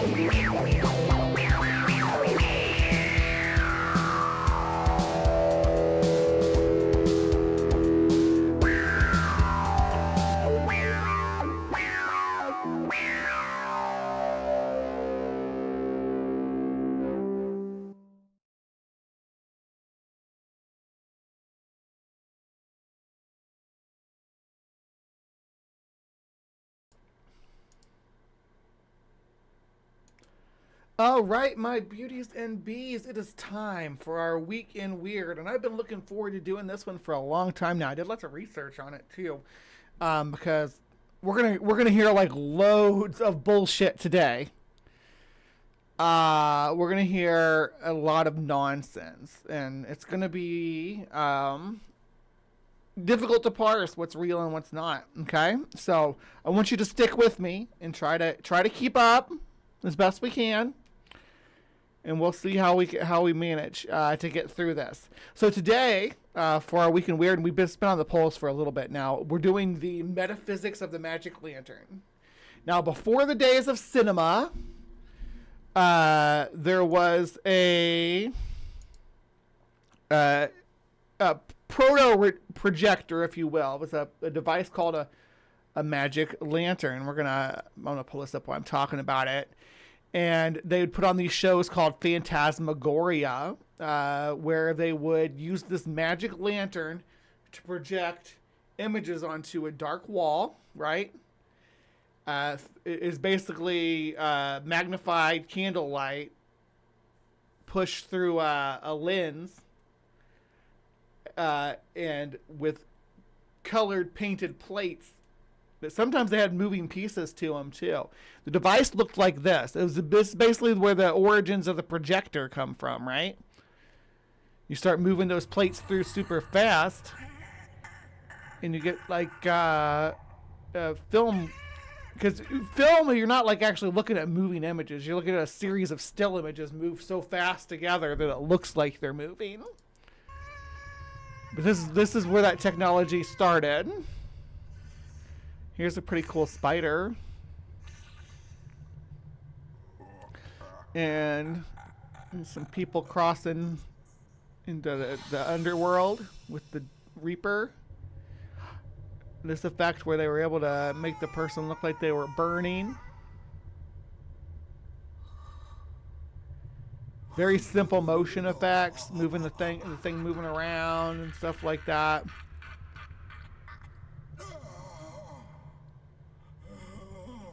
I guess that's some kind of ghost with a sword.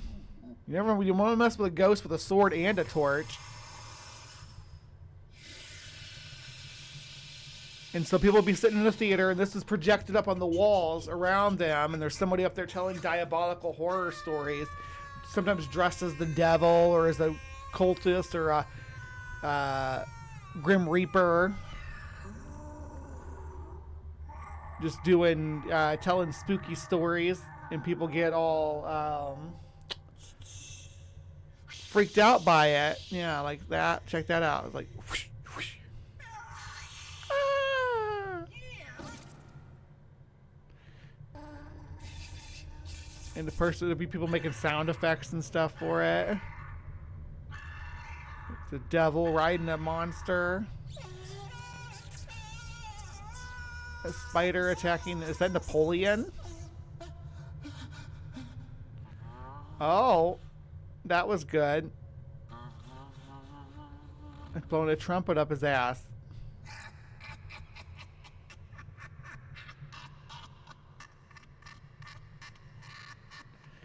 See, very simple movable pieces.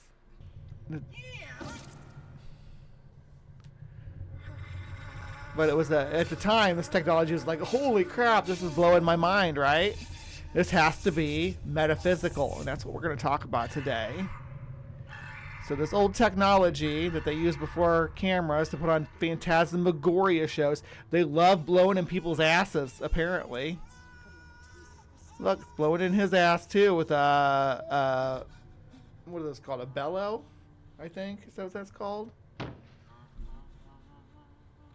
Put him in the urn.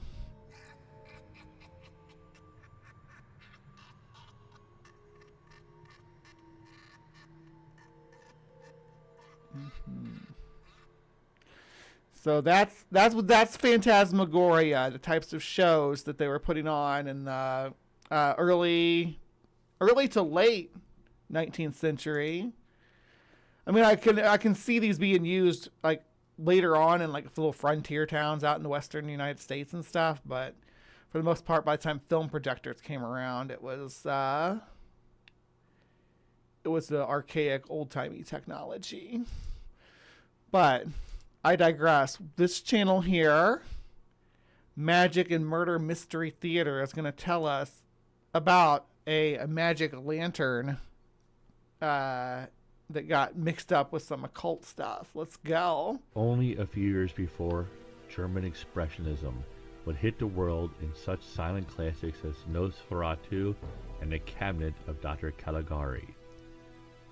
Audiences were soon to see an explosion in technology and amazing advances in what would be later known as special effects. In the 19th century, the public would see such things as the stage effect known as Pepper's Ghost. This startling illusion would create the image of a spirit on stage with, even today, a most memorable impact.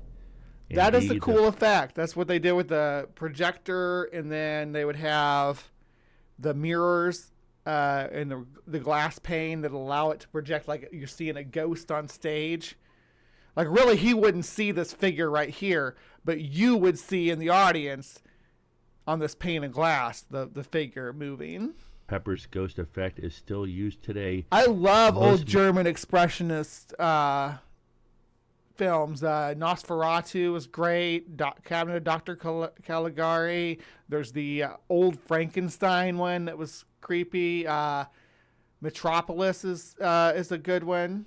This is the same technology they're using. Yeah, they're going to talk about it being used in Haunted Mansion. Memorably in Disney's The Haunted Mansion. As the public clamored for titillating thrills, there were those who answered the request with excessive abandon. Dieter Teuflisch was such a man. Okay, so here's our first thing here. Dieter Teuflisch, right? I cannot... Dieter Teuflisch was such a man. Dieter was the son of a German arts professor and had some moderate success as a playwright and producer. Born in 1865... Why can't I find anything about him? And why does Teuflisch German for devilish or diabolical? His last name literally means diabolical or devilish. You just stuck a... I don't think this guy really existed. That's what I'm saying. My research, just throwing it out there. Dieter was fast. Teuflisch, spelled Teuflesch. Teuflisch. It's German. First name Dieter. Dieter, Dieter.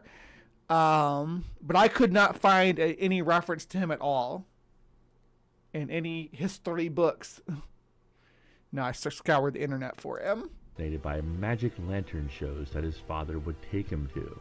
Cinema was still very early in development. Dieter would tinker with magic lanterns with the Pepper's Ghost effect for several years as he became more involved in the German theater scene in Berlin.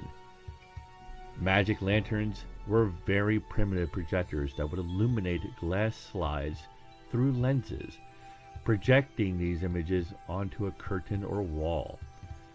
The source of illumination was often oil lamps and later electric light bulbs. Herr Teuflisch would go to Paris in 1901 in order to learn... There'd be plates, sometimes with like, the plates would be built with like a moving thing, like you saw the eyes, like something you pull back and forth while it's up on this thing and you make the eyes move around.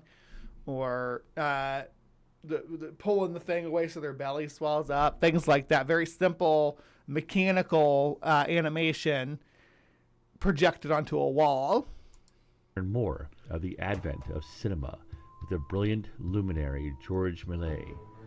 Under Millet's tutoring, Dieter would learn much from the great pioneer in special effects. That's a real person. Turn for Dieter Teuflisch when in 1902, while having drinks at the notorious Cabaret de l'Enfer. The cabaret had decor straight out of hell. Patrons would dine and drink on coffins and like a macabre themed bar. People have always been interested in that stuff. To sermons from an actor. I'm not weird. You're weird. Himself. It was at the Cabaret de l'Enfer that historians believe that Dieter may have met who many consider to be the wickedest man who had ever walked the earth. None other than Aleister Crowley. The infamous British occultist known as Aleister Crowley had... It's funny, Aleister Crowley's all like... Aleister Crowley is all like, you know, I'm a mountaineer too. Just throwing it out there. I climb mountains as well. Because he needs people to know that. Come to Paris after a failed attempt to climb K2. His decadent influence on Dieter was immediately noticeable. Dieter became enamored with Crowley and submerged himself in the occult. Dieter became convinced that he would enhance his show with Crowley's dark magical practices. When Aleister Crowley... I want to enhance my show with dark magical practices too, but, you know, what can I do? I work with what I got. Any of you all want to throw some sorcery my way, it'd be much appreciated. Or dollars. Dollars work too. The best way to support me and what I do here is through the Buy Me Coffee link, which Bugbot occasionally drops. Says buy a cryptozoologist a coffee, and it drops in there. You can actually, I think you can make it come up. Can't remember the command though. Hold on. Is it coffee? Yeah, it's Kofi. Yeah, there we go. So it's this one. This is the best way to support me. I guess the problem is I don't do it. It doesn't get you a shout out because I don't find out right away, but it really is the best way. And help me add some occult flair and dark magic to my show. Moved to Cairo later that year. Dieter Toothless would take his wicked master's the link's teachings not even to working. a That's whole lame. new level. I have to fix that. Boo. So, that's what does one do? What are you saying? When one wishes to reflect the non-dark magic practices. I'm not interested in white magic at this point in my life. No, I don't know. I don't think the magic really comes in colors if it's real. I don't really believe in magic though. So there's that. But if I could, I spent a lot of time dabbling in witchcraft and magic, trying to find some magic that was real, something that was real, and it just blah. Lacking the technical knowledge to duplicate the technology of the rare and expensive cameras of George Méliès, Dieter thought he would use practical magic and necromancy to enhance his magic lantern shows. Some say that Dieter's debauchery would have made even Crowley wince. He used sex magic and blood magic rituals with hired German prostitutes. Actually, I say I don't believe in magic. I do got some sex magic coming at you, though. I'm not going to lie. Mm-hmm. Is there something stuck in my hair? A sticker or something. Oh. It's paper. I don't know. Sticky paper. I had paper stuck in my hair. He returned to Berlin.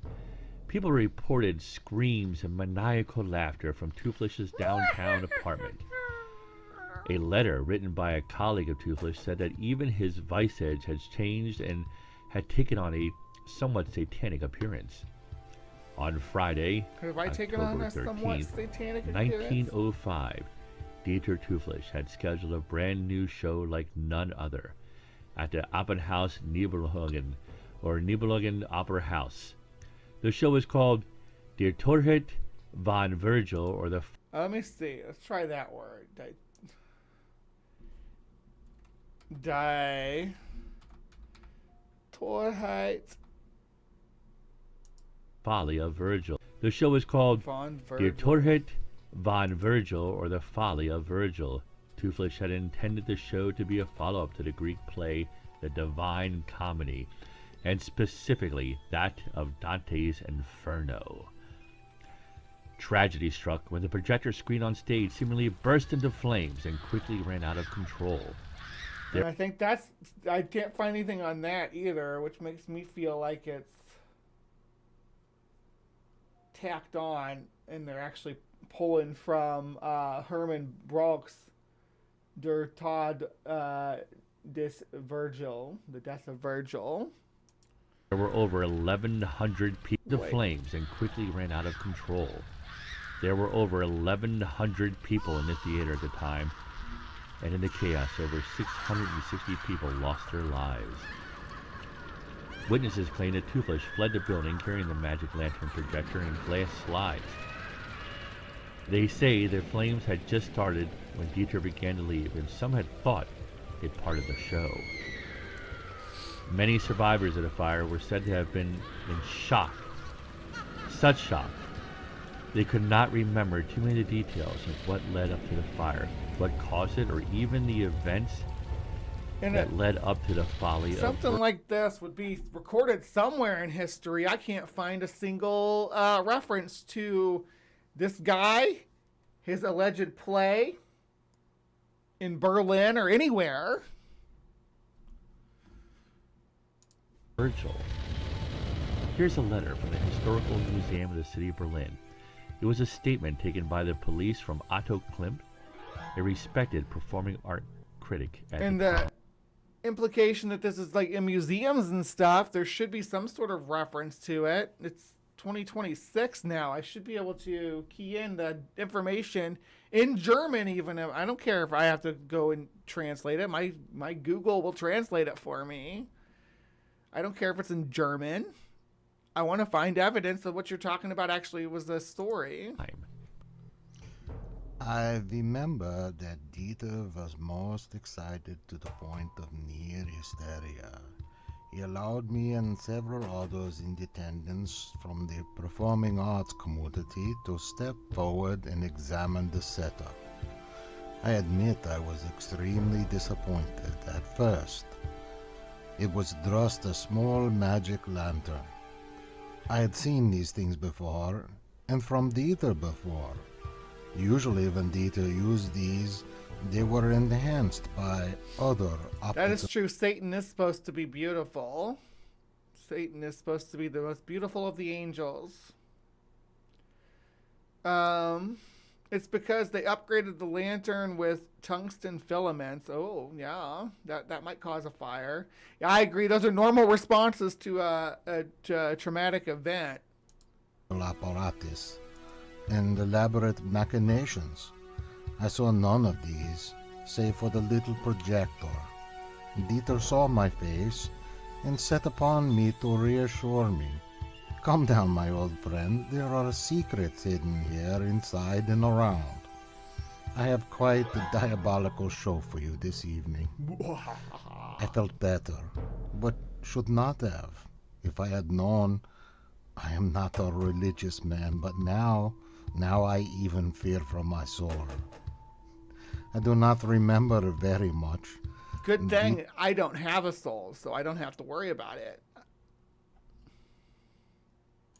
Dieter wore a tuxedo similar to mine, but when I next saw him, as we waited for the show to start, he was wearing a robe with a hood. Right, that's what I'm saying. You would think that a fire that killed 650 people in a big city like Berlin would have been written about at a theater in a big city like... Because there's famous theater fires, historically speaking, that there's documents of that are way older than this. Theaters catching fire is, unfortunately, it's a common theme because pyrotechnics will never be 100% safe, but they were even less safe back in the 19th century and before that, all the way back to like Shakespeare's time. They were trying to do pyrotechnics and candle plays and shadow plays and stuff like that, and whoosh, easy for things to go up in smoke.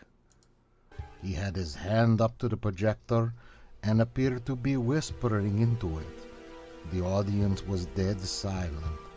I am sorry. I regret that metaphor now. And yet, it was still and quiet, even from the balcony. I heard what sounded like Latin mixed with I am not sure. Hebrew, perhaps? Aramaic? He used no match, no flint, yet the lantern came to life. Yellow, orange, red flames flickered in and seemed... It does almost sound like, though, that he upgraded it to electric. To electric light.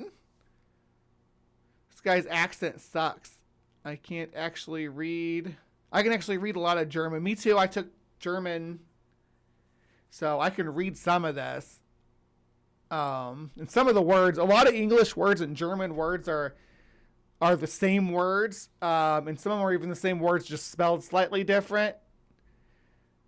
The thing is, though, you'll hear the reference to the devil, and you can see it's Tufel is devil. It's right here. Hold on, let me drop this right here. Tufel, that's devil, and then this guy is supposed to be named Tuflish, which means devilish. It's like, come on now. Every corner. Now that I think of it, Dieter never even opened the damn thing. A powerful beam of light shot forth from the lantern. I saw him lift one of the glass slides and place it into the... Here's a good example, lantern. It's the same word in German, just has an E on the end of it. Because English is a Germanic language. Lantern. It was a medieval painting of a demon. Music and chanting could be heard, but theirs was as near as I could see no choir, no orchestra in the pit. I could not understand the words. The devil on the screen, it moved, it reached, colors... So we finally know Tapioca Weasel's middle name now, and we can steal his identity. Hey, Michael fucking Van de Graaf. What's your mother's maiden name? I'm just kidding. Don't give that information out. That's what like those tests and stuff are bad about. Like they're giving you they give you the same questions they give you on your unlocking your password. And smoke arose from the stage and people screamed. The shadows of the theater seemed to darken, and there were eyes and teeth. Eyes on teeth? The document goes on to say that Herr Klimt had to be sedated. Dieter Tuflish was found in his Berlin apartment laughing and apparently mad. He became violent when the authorities tried to separate him from the magic lantern. Dieter would spend the next 13 years at the Erlangen Asylum in Erlangen, Nuremberg, where he would die from complications derived from tuberculosis. Dieter's magic lantern was kept in police archives and made its way into an exhibit of the Museum of Art History in Vienna. I could not find any record of this being in the Museum of Art History in Vienna. I could not find that anywhere. And was seemingly lost when the museum was bombed in 1945 during World War II. However... Which is what happened to Spinosaurus. Like, they're adding Spinosaurus lore to the Magic Lantern lore.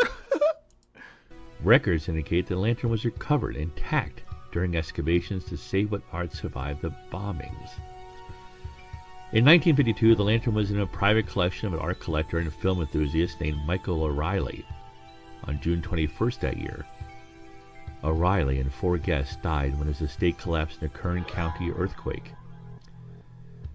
Michael O'Reilly was friends with rocket engineer Jack Parsons. Ooh, Jack Parsons. Now here we go. Parsons is a leading member of Thelema, an esoteric order founded and created by Aleister Crowley, Parsons' spiritual mentor. Parsons himself died only a few days earlier in an explosion at his home laboratory after having dinner with O'Reilly and 2 female companions the night before that. The Jimison is that important. It's how you tell our Vandy apart from the one in Darwin City. Darwin City doesn't even sound like a real place. You're just making places up. Yeah. Darwin City in the nation of Evolutionopolis. No, I'm just messing with you. What theater was that? It was the Berlin Theater. It's been a while ago, though. Let me see.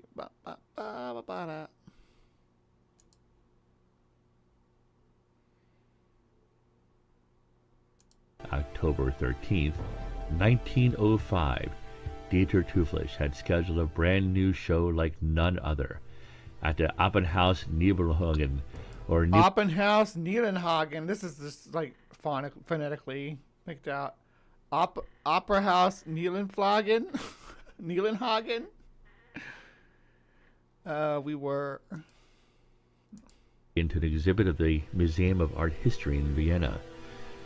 4 guests died when his estate collapsed. Parsons' spiritual mentor. Parsons himself died only a few days earlier in an explosion at his home laboratory after having dinner with O'Reilly and 2 female companions the night before that. Home laboratory? What were you making? Making some delicious methamphetamine? The lantern would again appear in 1996 as part of the private collection of actor Jack Nance.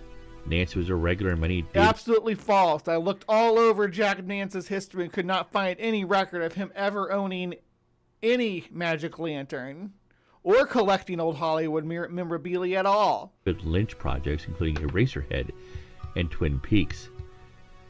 Nance died under mysterious circumstances. The lantern was again found at a private collection in Baltimore as of 2018.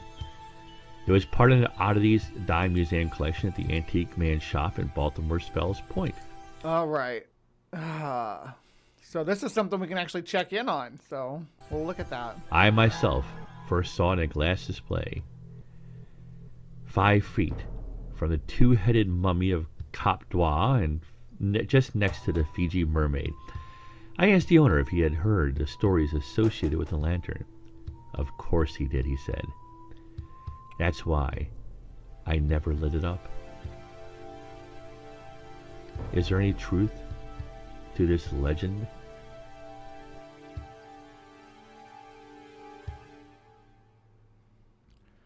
I don't know if it's an actual legend. I think you just made it up. But the place you reference is real. The Antique Man. And the stuff you mentioned, the 2-headed mummy, it's real. They had it. This giant ball of string too, but Cap d'Oie. It is a great pleasure that we present Cap d'Oie the Giant, and we are sure that you'll enjoy the exhibit. We think it is sure to stimulate your imagination. He is 12 feet tall, 2-headed mummy. The mummy was brought to England in the early 1800s from Paraguay by Captain George Bickle, who sailed out of Plymouth, England, in a clipper ship, Olive Branch. It is said that the great P.T. Barnum tried in vain to buy Cap d'Oie on one of his trips to England. It was not until the mid-1950s that Cap d'Oie left the Blackpool Museum to go on tour of the United States. He was retired and put into storage until the 60s, when he stayed until discovered by the Antique Man. Is he real? You must see him for yourself, as we did. But shows these Siamese twin brothers. I think they're the ones that coined the term Siamese twin, but conjoined twins. The skull of Dracula's son is in here. Looks like it's in like a aquarium used as a glass display case. Got a shrunken head. I don't know if that's real or not, but damn. Oldest tree in Baltimore. The preserved railway worker's foot. So it's got some Bauman level carnival, sideshow, roadside attraction sort of thing going on. We do have Freddy Krueger's glove, though. Robert Englund's Freddy Krueger glove. Got a mummified hand of a thief. Oh, look, a 2-headed chicken. Or 2-headed duck and a 4-legged chicken.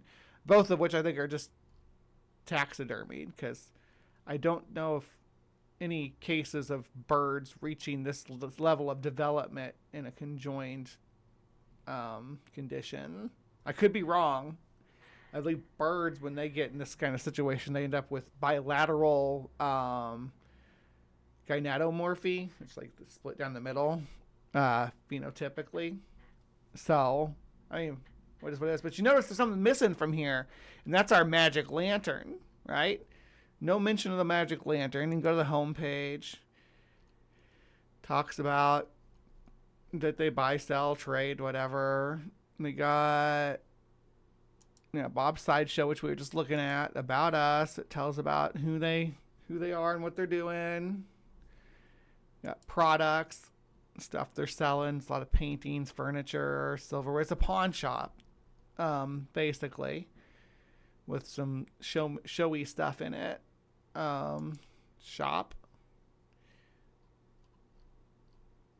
But that just takes us out to eBay. You can contact, you can send them an email. And then there's Yuri Viktorov's art gallery. That's about it. Now I went ahead and pinned this place down on the map too.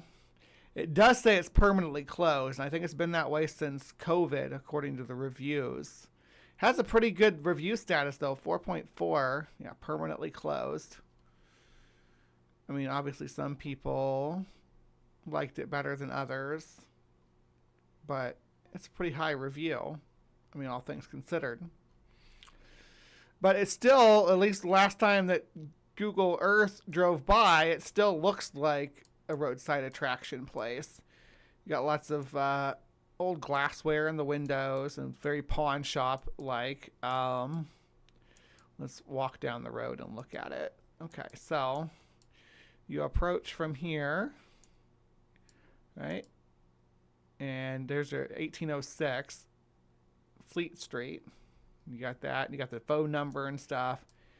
They got all their antiques on the walls. Now they do have, so we know that that part is real. They do have the two-headed mummy. Antique Man presents Cap Droit, the two-headed mummy. I'm assuming that's what it says behind there. I don't know. It looks like it ends in a T. Antique Man, bring it in store. And this is when you're selling stuff. You can see the four-legged chicken and two-headed duck. Antique Man, bring it in store. Cash, gold, silver, custom jewelry. And you got a big old American flag. Antiques, bring it in for cash. Just pick and pawn. Every day but Wednesday. Something about stoners. I don't know what it's saying about stoners there, but it's probably true. I don't know. And then, oh, that's not what I wanted to do.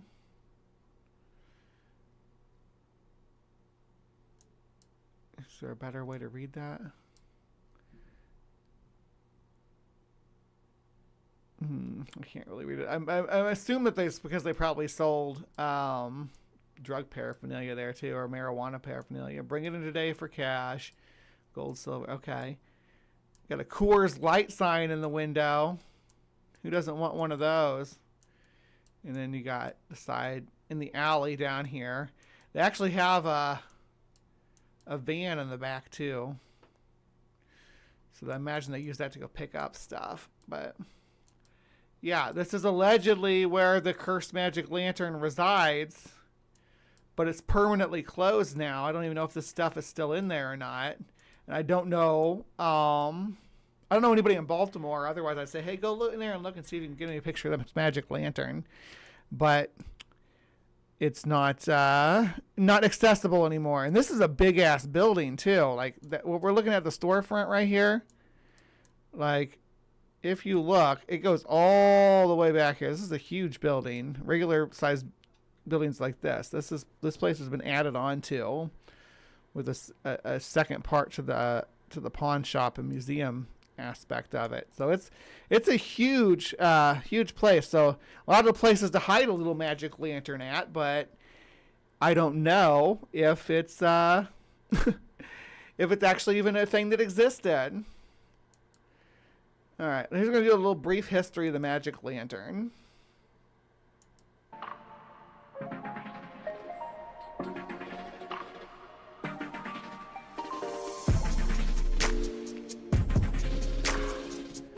Hey everyone, my name is Matthew Kasoglu. I'm a VX guide here at Acme. The Magic Lantern was a type of image projector device that used glass. Kind of used the same similar technology to the viewfinders that we had as kids. You remember those? Like, and you could look at different. I had like different Disney cartoons, but you'd also get like like the Grand Canyon and stuff like that. Plates that would house pictures, photographs, and paintings that would then be shown by 1 or 2 or more lenses. So the inventor of the magic lantern isn't 100% known. There was a Dutch physicist called Christian Huygens who's theorized as the inventor of the lantern. The reason being is that Christian Huygens once drew images of a skeleton called Death, removing its head and putting it back on again. So this was around the sort of 1600s. Is that a skeleton archer? This was meant to be showcased, this skeleton.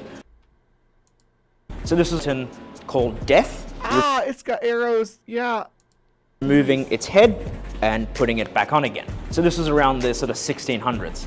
This was meant... Since I am dead, I can take off my head and recite Shakespearean quotations. Animal nor man can scream like I can with the glory of my recitations. All right. To be showcased, this skeleton was meant to be showcased with, I quote, convex lenses and a lamp. With the magic lantern, the images that we can kind of show, or that they used to show, were quite serene, beautiful, educational. In 1664, a French gentleman named Pierre Petit wrote to Huygens, calling it the magic lantern, the lantern of fear. Phantasmagoria! As Pierre Petit called the magic lantern the lantern of fear, this is where the phantasmagoria aspect that I'm going to be speaking about comes into play.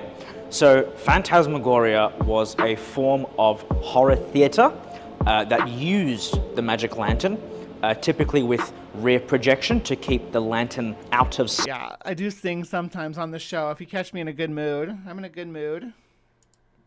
These phantasmagoria shows would do is they would use the magic lantern to showcase images of demons, ghouls, skeletons, very spooky sort of things. That's like what we just watched at the beginning. The inventor of the magic lantern show, or the phantasmagoria show, was a gentleman known as Paul Philidor. Now, the very spooky sort of thing with Paul Philidor is that no one really knows his full name. I think that adds a little bit of a mystery to the whole magic lantern. Maybe it was Two-Flish. Show. So with the Phantasmagoria show, one thing to note is that these shows were a bit wild. They included... Yes, I played Phantasmagoria. Actually, it's been a while ago. It's been a couple years ago. I rewatched someone do a playthrough of it. It might have been the first one. But I watched somebody play through like a version. It was like a video based game, Phantasmagoria. I don't remember it being Phantasmagoria 2 though. It's about a couple that moved into a haunted house. There were like a homeless people living on the property, and the husband went crazy and got possessed. It's very straightforward. Sensory shocks, stimulation of sorts, and then illicit substances. So Paul Philidor would put people in a room and show them images of ghosts and demons and goblins, all sorts of things flying around to them. So Phantasmagoria shows were very popular in the 18th to the 19th century due to their rising natures of the Gothic and the Victorian Gothic. This is around the same time like Mary Shelley was writing Frankenstein, and Poe was like penning all his great works and stuff like that. Is when Phantasmagoria was all the rage. The spiritualist movement was in full swing, but obviously battling with the Catholic Church and their demonology. These Phantasmagoria shows that I mentioned with Paul Philidor, these were then heightened by a gentleman called Etienne Gaspard Robert, or Robertson.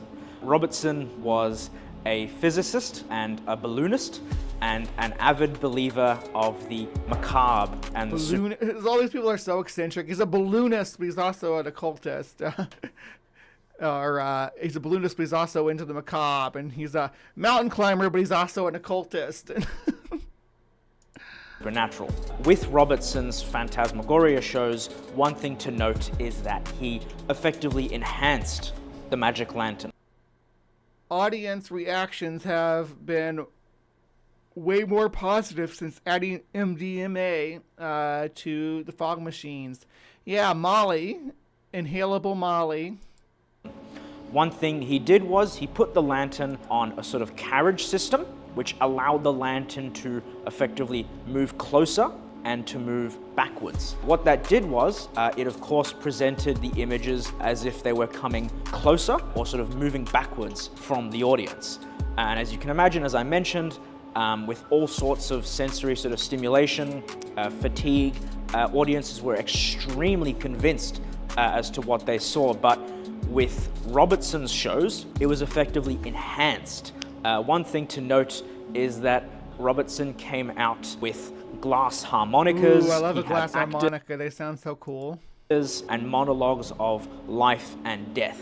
Robertson, as I mentioned, very much believed in what he was doing, so much so that theorized that he would use the magic lantern to bring King Louis XVI back from the dead. As you can imagine, such a thing did not go well with the French authorities at the time. One also thing to mention is that he held a lot of his later shows in crumbling nun convents. So again, the atmosphere in these shows would have been set the mood. Something very spooky. I'll leave you with a quote from Robertson that holds to me. I am only satisfied if my spectators, shivering and shuddering, raise their hands or cover their eyes out of fear of ghosts and devils dashing towards them. Yeah, I'm the same way about you guys. That's the best when you're like, ah, Bree's gonna get me. Bree's gonna get me. All right. So, Magic Lantern. Phantasmagoria. What do you guys think? What do y'all think about it? Is it, I think it's beautiful art. I mean, look at that. Look at the eyes moving. That's like a little slide piece that they slide back and forth. And then there's like, yeah, slide one piece out and slide it back in, slide it out, slide it back in. Same here. Like, you can see how the practical effects are done, but like for the time, you're talking like this, like the 1700s. You're talking American Revolution era, and people were doing this kind of stuff with theater projectors, making Napoleon get eaten by a giant spider. I think my favorite one might be this one right here, where the lady catches on fire. That's a really cool effect. I'm not sure exactly how they did it, other than maybe what I think maybe they did was like slide a pane of like red glass behind her somehow, and these sections that are colored. But there's more stuff going up things' butts. People were really into anal back then. Like, there's a lot of stuff going in people's butts. Let's see. There's that going into the butt. And then, is that butt stuff? No, but this is butt stuff. Right here, this guy's butt stuff. Look at that butt stuff going on. And it's just like sliding it out. And there's more butt stuff, though. Here's some more butt stuff. Look at that. Little goblin dude puffing up his belly by sticking things up his butt. Was it really like, was there a real practice of blowing air up people's butts in that time frame? This one's still my favorite though. That's so cool how that glows like that. I really like that. There were some really cool effects though, and again we've seen some of them, but not all of them look the same. This one's like wooden. Some of the ones we saw look like they were made out of brass and metal. But just the general effects that they were able to pull off with some of this stuff is pretty amazing. Like this, you got someone burning. I think the eyes moving are probably my favorite, though. Yeah, back then, yes. People must have been the minds of people back in the day. Air up the ass. Like rubbing your fingers on glass bowl. Yeah, that's what harmonica sounds like. It's like a spinning thing. There's like you can pedal it, but it's like this pillar of Oh, hold on. We'll pull one up. Let's just do that. Glass harmonica. Sometimes they call them glass harmonica, but it's the same difference. Let's see. I just want to find something short that doesn't look like it's going to be copyrighted.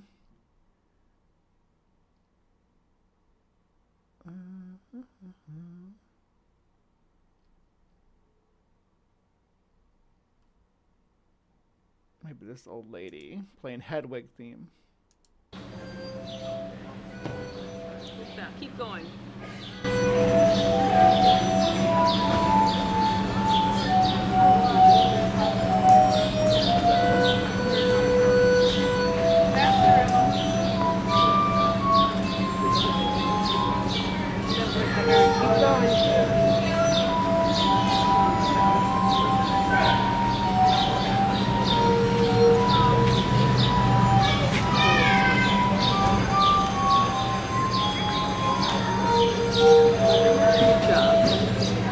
Was that okay?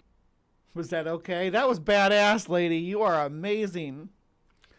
All right, so what do you guys think about all this with the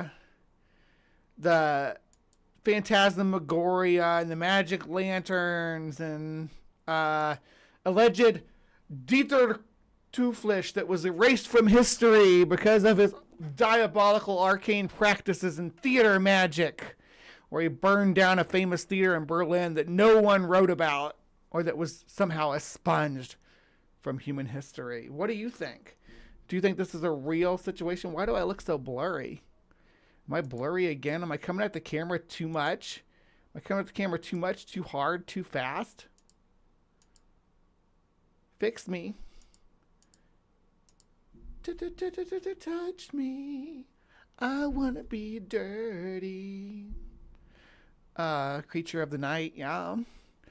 So if you're a creature of the night, you can support the Hive by going at, first of all, like there's some buttons down below I need y'all to mess with. There's the subscribe button, and there's the thumbs up button. It looks just like this, and you need to hit that on every video you see come up with the Hive.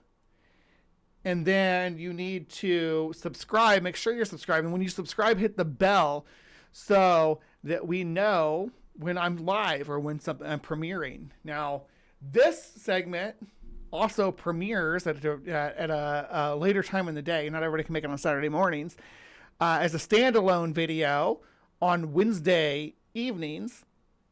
And the Cryptic Corner, the start of the show, premieres on Friday evenings as a standalone program. So if you miss any of them, you can watch them and not have to watch the full show all the way through. So coming here and participating in the live chat is great and all, but you don't have to get up early. You can still catch Cryptic Corner, and you can still catch our Weekend Weird on their evening time slots. And, it's a premiere. Sometimes I'm there, sometimes I'm not. Depends on what I have going on that evening. But I try to keep it consistent so that everybody has a chance to come see it and come hang out.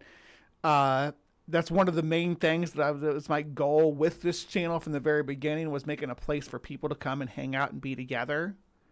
So whether I'm there or you're all there, just a couple people are there, dozens of people are there, new people, old people, everybody come hang out. If you're bored on a Friday night or a Wednesday night, come hang out with us on Weekend Weird and then on Cryptic Corner. I am going to, I think I'm going to add, so look at the polls. I think I'm going to add Whistling in the Woods thing. I don't know though. Anyway, but will you tell me what you think about the magic lantern? Do you think there was ever any occult application actually present with the magic lantern, or do you think it's all woo-woo and nonsense? Yeah, tell me in the comments down below. And please remember to be kind. Take care, and we'll see you next time. All right, don't go anywhere live from the Hive audience. You know the drill. There's still like half an hour-ish or so of the show left. So don't leave. I am going to take a quick intermission to go potty. And then when we come back, we're going to be doing our Breeze Bestiary. And actually, it's a channel I really like and I really want to promote. So stick around and you'll see what I'm talking about with the Nerpa. What's a Nerpa? Well, you're about to find out. All right, see you in a minute. We're talking about is licking toads to get high.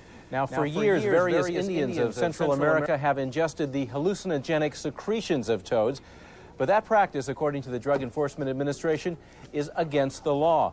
At first glance, the toad does not look like a criminal. Lick the toad, lick the toad, lick the toad, lick the toad. They call him Narco Toad. On the street, he's also known by his alias, Bufo Marinus. He and his cousin, Bufo Alvarius, are dangerous dudes. They deal in a mind-scrambling substance that defends against intruders. It all comes from a little gland behind the toad's head. When bitten, the toad secretes a milky white fluid from its parotoid glands that can poison its attacker, making them extremely ill and sometimes causing cardiac arrest. Watch whatever crap comes on next. Coming up next. Live from the Hive. The organization took to their Facebook page last week to caution visitors not to lick the Sonoran desert toad. Don't lick it. If you're wondering why anyone would want to do that, well, let's explain. Apparently, this particular species of toad secretes a psychedelic toxin that leads to hallucinations if ingested, but can also make humans really sick, leaving people incapacitated for up to 30 minutes. Well, the NPS didn't say if a particular incident prompted their public service announcement, but a recent report from the New York Times says there has been an increased demand for the poison recently. Perhaps that's the reason the Park Service felt it necessary to remind visitors not to lick toads. Ew, gross, man.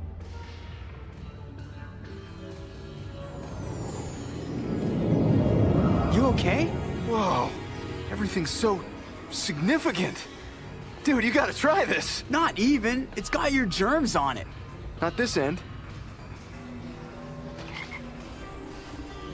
Oh, I can see the air.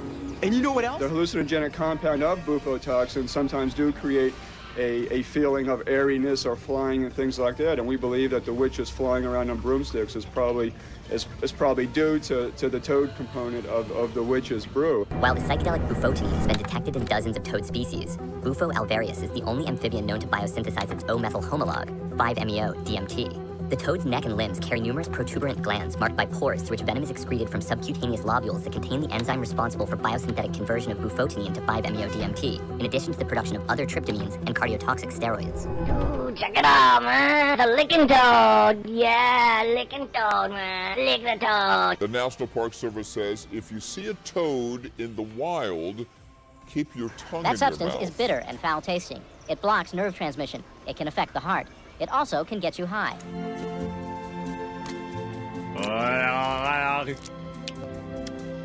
Nothing. Here we go. Yeah. Homer? Huh? These are crystallized secretions from a toad. A substance like this killed 4 people in Australia last year. In fact, possessing the secretion with intent to use it to get high is a federal offense. In order to do any legal action against the person, we'd have to prove drug intent, that you, like conspiracy to lick a toad or conspiracy to sell a toad to lick or something of that sort. Anything yet? Are you sure you're licking right? Yeah. I don't get it. It's supposed to pack an awesome buzz. If you want to get one of these toads, forget it.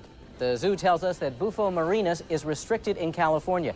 The toad has been introduced in places like Florida, and it's done a lot of damage there. It's also a potentially dangerous toad, and certainly one you would never want to lick.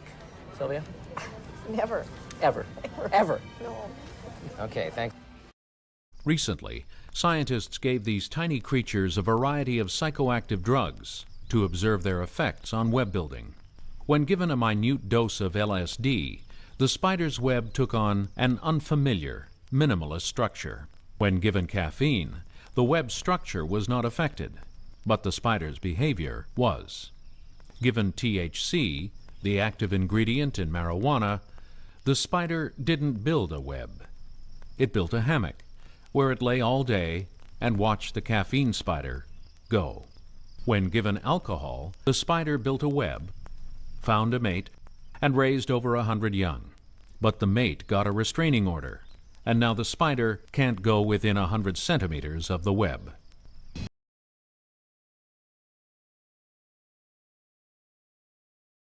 Hello, hello, my beauties and bees, and welcome to Bree's Bestiary, where I pick an animal from anywhere in the animal kingdom and make it the last topic of the show. As I've been saying the last couple of weeks, I'm taking a break from the man-eater stuff just to touch on some other things that I guess mostly winter adjacent. I did the cardinal, and I did Wolverine, and I did the wood frog, all these things that are associated with cold. And I'm just going to keep it rolling because there's lots of Arctic animals to talk about. Today, we're not going to the Arctic Circle or the Antarctic Circle or anything. We're going to this nice lake right here. Now, it might not look like much, but this is actually the most voluminous. It has the most volume of any lake in the world, bigger than Lake Superior by volume, but not by surface area because it's very narrow and very deep. This is a lake called Lake Baikal. Baikal. It's in Russia, in northern Asia, and it's very close to the Mongolian border. Let's see, where's the Mongolian border? Here's how we'll do it. Yeah, so it's very close to the Mongolian border, but it's all the whole lake exists, I believe, within the borders of Russia. Now, this lake, you can see, it's very, very landlocked, right? Very far from any ocean. The only way to get to the sea is there's a river here. It's called the Angara, and that's about it. And this river rolls all the way back here. And we can follow it, but it merges with a different river system at some point. Hold on, losing my place. Is it still the Angara? What river? That's the Reka River. So lots of rivers feed into this system, but it goes all the way up. Yeah, here we go. Here is when it switches. The Yenisei River, I think is how that's pronounced. I don't know, but I think that's how it's pronounced. And that connects up here to got a little bay here. I don't know what that bay is called. I'm not going to try. Well, yes, I am. You know me. Yenisei Kisaliv. Yeah. Believe me, that's what it's called. I guess that's this whole thing. When you get up here, though, you're in the Arctic Ocean. Now, the peculiar thing about this little body of water here, this body of water here specifically, but to a lesser extent, this one right here as well, is that it has a endemic seal population. A seal population, the seals are called Nerpas, right? Or sometimes they're called the Baikal seals. But they're an anomaly, an evolutionary question mark. How the hell did they get there? One of my favorite channels on YouTube is Mothlight Media, right? And hopefully they don't mind me plugging a 4-year-old channel or a 4-year-old video just to get more eyes on the screen. So you can see I'm like bell rung and everything. I've followed them for years. I put on a playlist of this to fall asleep. I love his voice so much. And like I said, hopefully he doesn't mind me covering this just to give it a quick plug to say, check this weird shit out. The Baikal seal, or the Nerpa as it's known in Russian, is the only freshwater species of seal in the world, with its entire population being contained within one lake, Lake Baikal in Siberia. The reason that an entire population of seal species can hunt, breed, and live their whole lives in one lake is that Lake Baikal is absolutely massive, having a larger area than the whole of Belgium, being one of the largest lakes in the world. So there is plenty of room. It is the biggest lake in the world by volume. By surface area, Lake Superior is, though. But isn't that a cute, like doing the banana pose? I love Baikal seals. Their snoots look like little pig noses. Let's drop down by the lake real quick before we get too far into this. Where do you think we should drop down? Maybe somewhere... Surely there's... Let's do right here. Right on the peninsula. So it's a huge lake. It literally does look like you're looking out over a sea. So you can kind of get why seals might thrive in such an environment. Right? It's a beautiful lake too. I love the lichen, the orange and reds and yellows on the lichen down here. And that water is so clear. Look at that. What a beautiful place. Let's do a couple more places. Let's drop down and see right here. Wondering if any of these are going to be in winter, because the lake freezes over solid. So that's the lake travel, it looks like. But Nerpa. No Nerpas. I don't see any Nerpas. What if we go down to the southern shore?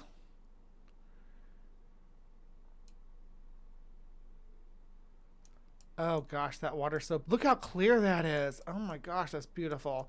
See, that's why like isolated places like this, away from pollution, because it's like at a higher elevation, so like the runoff from the rest of the continent doesn't all end up here. This is what all of our lakes used to look like, right? This is what all of the biomes used to look like. Now you can't even go to an isolated island in the middle of the Pacific without finding trash washed up on the shore. I want a picture of it in the winter. Maybe they'll have a picture of it in the winter in the northern part. Nerp. Nerp, nerp, nerp. But this is where a Nerpa might haul out and come see you. Is that a Nerpa? No, it's probably just a rock. Alright. However, what isn't known is how they got there in the first place, as the lake is more than 1,500 kilometers and a mountain range away from the nearest sea, while the lake itself is over 450 meters above sea level. So how did they get there?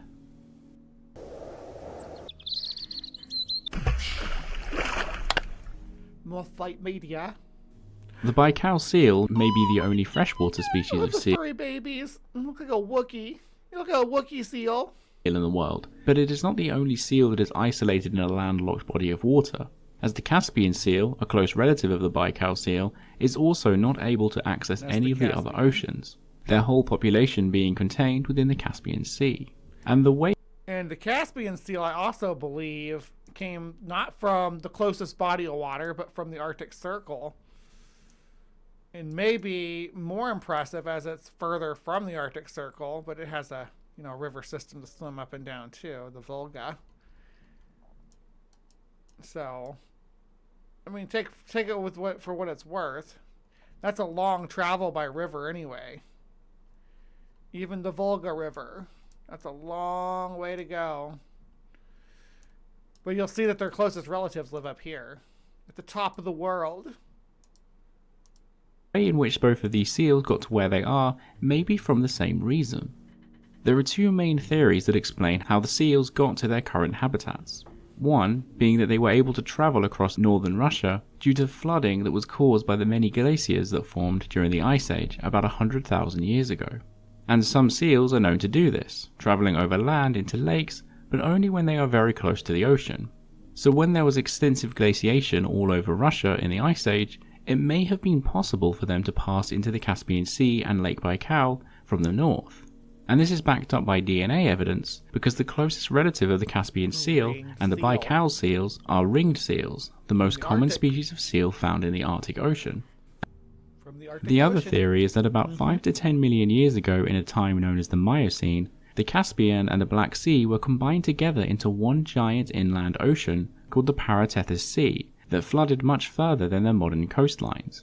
And this ocean may have had some sort of corridor connecting it to the other oceans. When the Paratethys disappeared, the Caspian seal and the Baikal seal could have been separated and trapped in their current habitats, allowing them to become two different species over time. And there is evidence that this could have happened because the region around where They're this very old closely related. sea would have been has bones from long dead seals. However, the problem is that the seals may not be old enough for this to have happened. Seals evolved from otter-looking animals that were closely related to bears, called cementorids, and the earliest fossils of these creatures are known from northern Canada around 21 to 24 million years ago. So seals would have been around when this I didn't even know there was an ocean in Russia during the Miocene.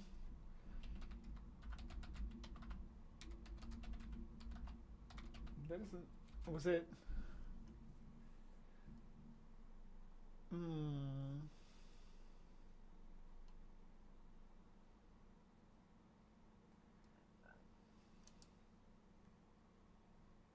Well, that's not. I was trying to look and see if there was a map of it. Guess I don't. Ocean existed, but the Baikal seals were much younger than this. The Baikal seal's closest relatives are the ringed seal and the Caspian seal, with most DNA evidence pointing to them separating about 2 to 3 million years ago. But the Paratethys Sea would have long disappeared by this point, so the dates don't quite add up. And so although there are some good ideas to how the seals became blackest eyes, like a dowl's eyes. Quint was talking about a seal. Landlocked, there are still things that need to be worked out, and so it is still a bit of a mystery.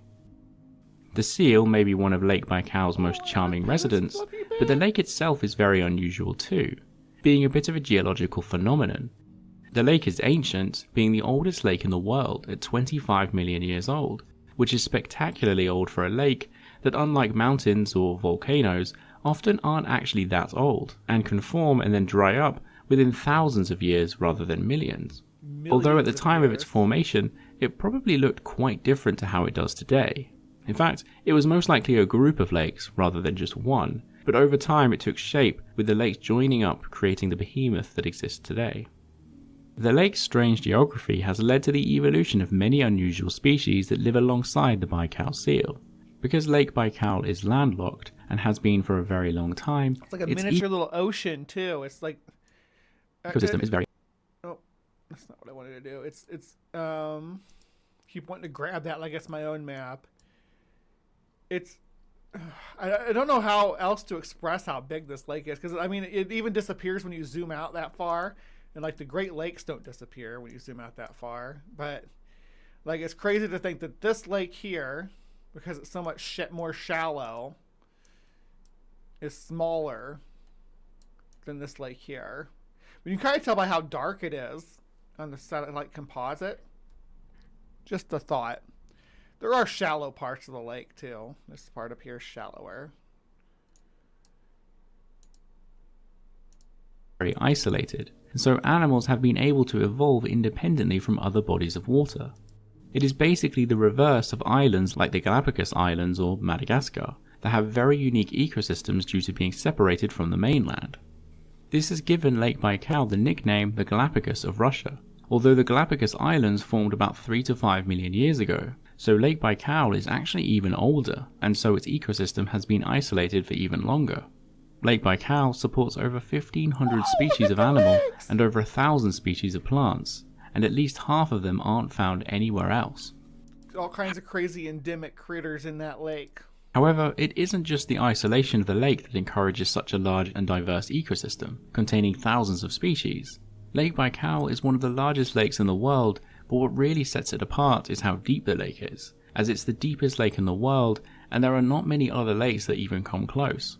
Lake Baikal is deeper than the Caspian Sea by a fairly large margin. And it's not even any kind of surprise that the Lake Baikal and the Caspian Sea are the two lakes with the seals when they're the deepest lakes.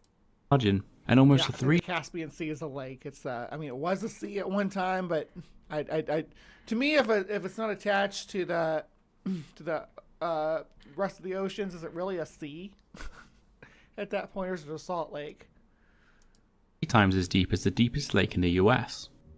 Lake Baikal is so deep because it is in a valley formed by the Earth's surface being pulled apart in an area of the world that has a weakened crust.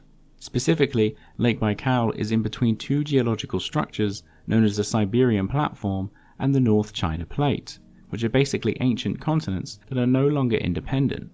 The reason why this is important is because Rift Valley. Different creatures have evolved to live at different depths, driving diversity. The ocean is divided into different zones, organized by the amount of light that can penetrate into the sea at different depths, and different creatures are found in the different zones that have evolved depending on the pressures and requirements of living in each zone. Does Lake Baikal have these zones? Does it really have an abyssal zone? For instance, swordfish have incredibly large eyes to help them see deeper in the ocean.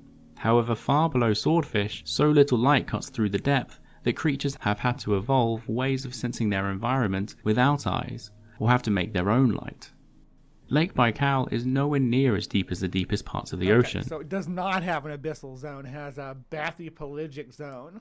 But it is deep enough to stretch across multiple zones, and this has made some fish that live in Lake Baikal evolve in a similar way to deep sea fish. It kind of looks like a cave fish too. I guess that's an isolation situation too, being a cave fish or an island animal or a lake animal. Similarities don't stop there, as Lake Baikal even has thermal vents on its lakebed, similar to the deep sea, being the only body of fresh water known to have them in the world. Similar to island ecosystems, the sizes of guys, Baikal. Some of the animals found in the lake are augmented from their relatives in other parts of the world. For instance, Lake Baikal has many species of a type of crustacean called an amphipod that are found both in freshwater and seawater. Amphipods found in other freshwater ecosystems around the world are usually no larger than 2 centimeters or so, and quite often can be a lot smaller. But in Lake Baikal, there are species of amphipods that can grow to over 7 centimeters long. Island gigantism. That's wicked big for an amphipod too. That's like, amphipods are closely related to isopods, like pill bugs, potato bugs, those kind of things. But they're adapted for aquatic locomotion. They don't just crawl on the bottom. There are isopods that are marine and crawl on the bottom and stuff too, and they can swim to an extent, but the amphipods are specifically adapted to be swimmers. And dwarfism are often caused by differences in the availability of food, or threat levels from predators in the isolated ecosystems from the main one. And this seems to have had an effect on the Baikal seal as well.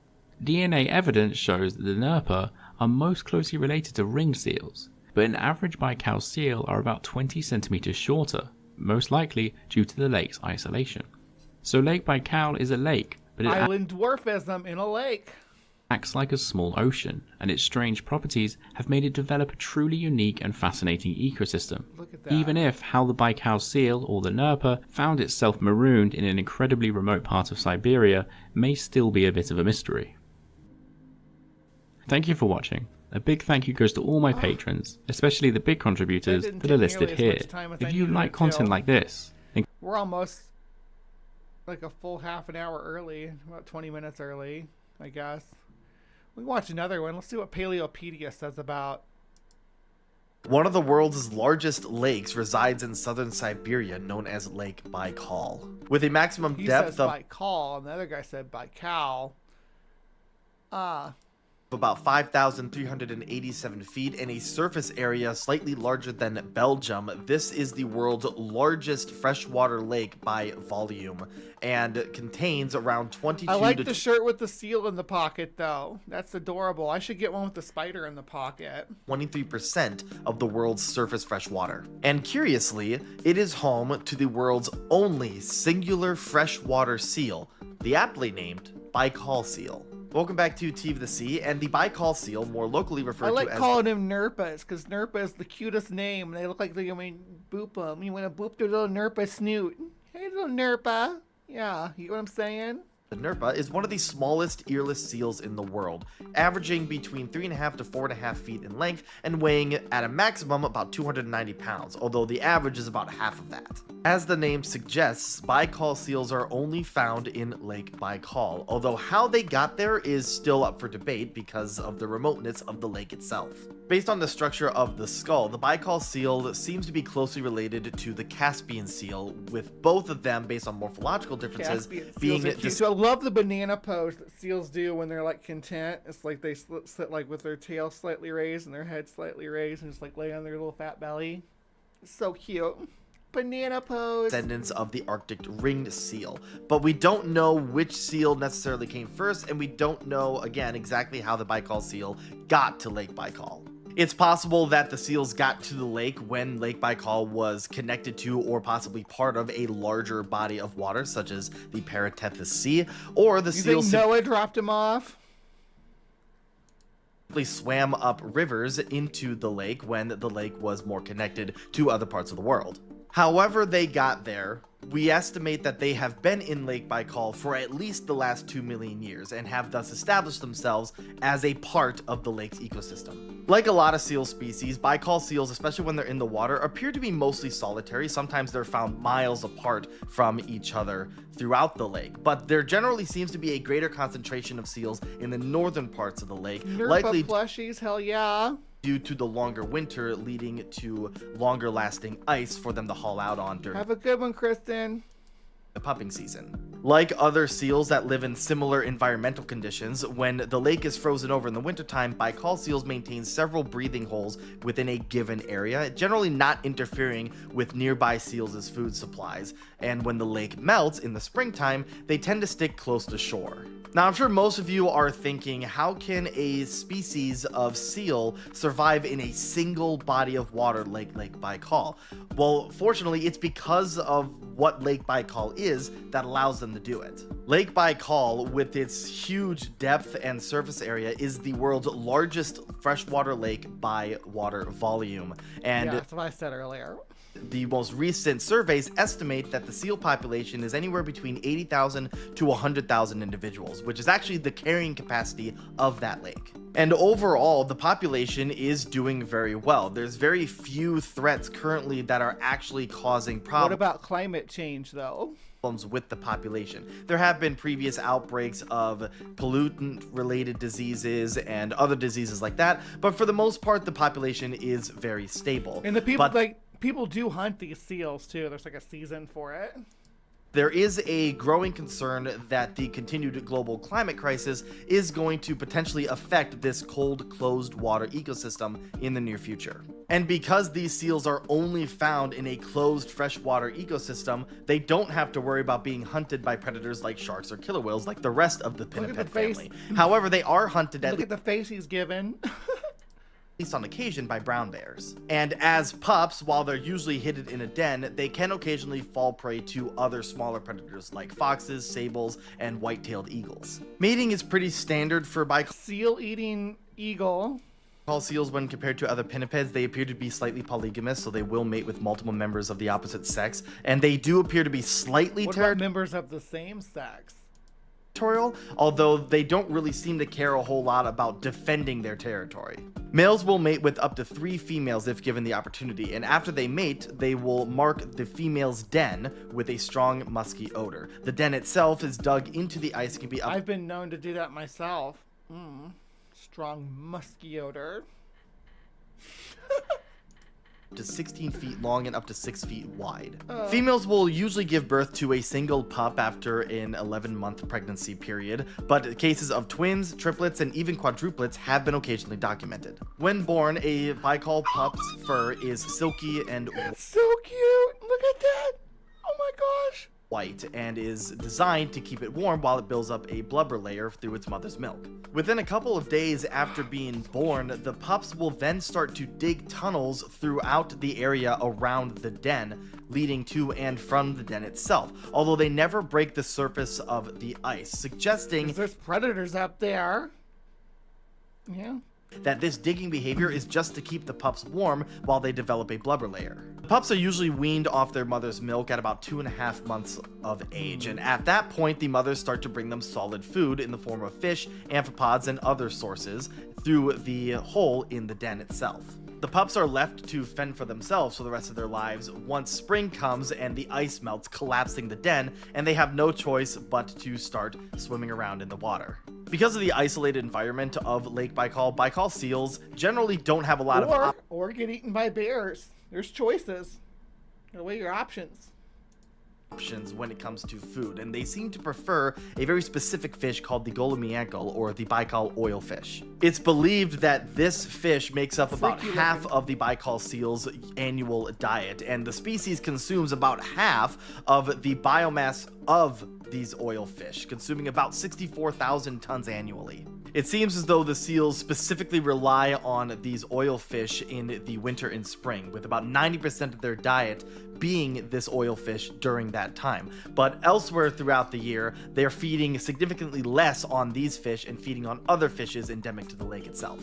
The teeth of the Baikal seal is also uniquely adapted so that they can both intake and expel water at the same time, meaning that they are capable of filter feeding on smaller prey items such as amphipods. Likely, and this is just my personal opinion, a delicious amphipods like what we saw, the giant ones. Delicious.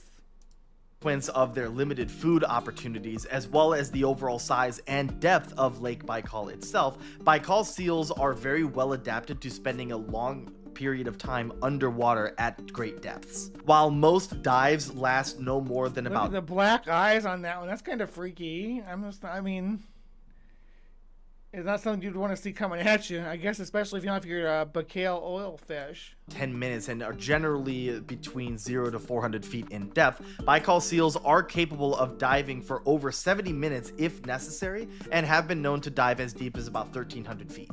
They are able to do this in part because of the amount of blood that they have. Baikal seals, for their size, have more than 2 liters. So what you're telling me is that if I want to be able to dive deep, I need to steal people's blood. Gotcha. We're gonna do this. Give me your blood. Of extra blood in their system compared to other seals. This means that they can store more oxygen in their entire blood vascular system and are able to stay underwater for longer periods of time than you would normally expect a seal to be able to do so. Baikal seals seem to utilize a couple of different feeding methods throughout not just the year but also the day. During the daytime, the seals are generally going after fish using visual cues, as there's more light in the water for them to see the fish. But at night, their huge black alien eyes, they seem to switch to feeding on amphipods and crustaceans in shallower waters, using more tactile clues rather than their eyes to find food, which makes sense considering they can't see at night. Finally, Baikal seals use one very unusual feeding method at a very specific time of year. During the fall, right before the lake freezes over, the seals migrate into bays and coves and go after a very specific fish. Kessler's sculpin is a fish in Lake Baikal that generally lives in the muddier, siltier areas of the lake, specifically in bays and coves. Consequently, in its digestive system, there's usually a lot more grit. And it seems as though the seals utilize this grittiness to clean out their intestinal tracts, including parasites, right before winter hits when they are most vulnerable to eat a little fish to clear their system of parasites. That's crazy. That's like animals doing their own medical care. Like Henry had a tummy ache yesterday, and every time I take him outside, he had started eating some grass, and it's like he'd like sniff around. He's looking for something very specific. He'd sniff around in the grass and find very specific small young shoots of grass and eat those.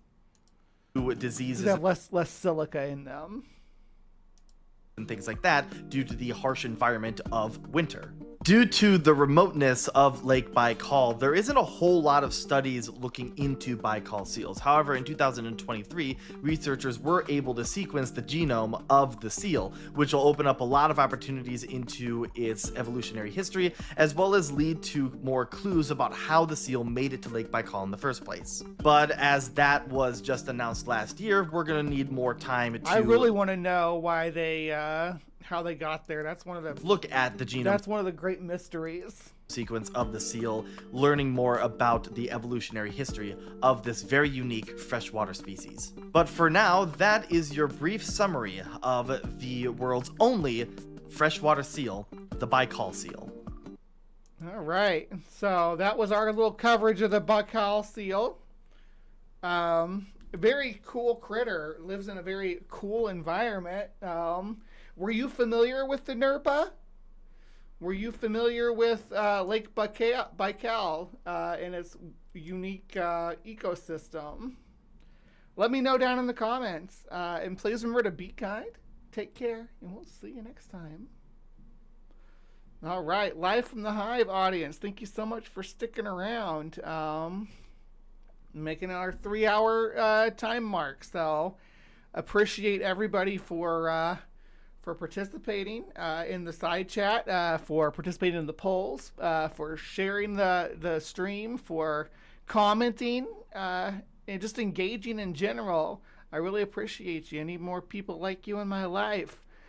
If you stick around, you hang around the channel, I think it's going to take us over to Answers in Atheism, just speed. Usually I kick everybody over to Dr. Ben's thing, but Dr. Ben is traveling right now, so he is not doing a stream today. So instead, I'm going to send you all over to see Speed. Oh, thank you so much, Lil. Before I leave, thank you. My money is they swam there, says Lil with a $5 super chat. I bet they swam there too. The little belly hops don't really make much cover much ground very fast.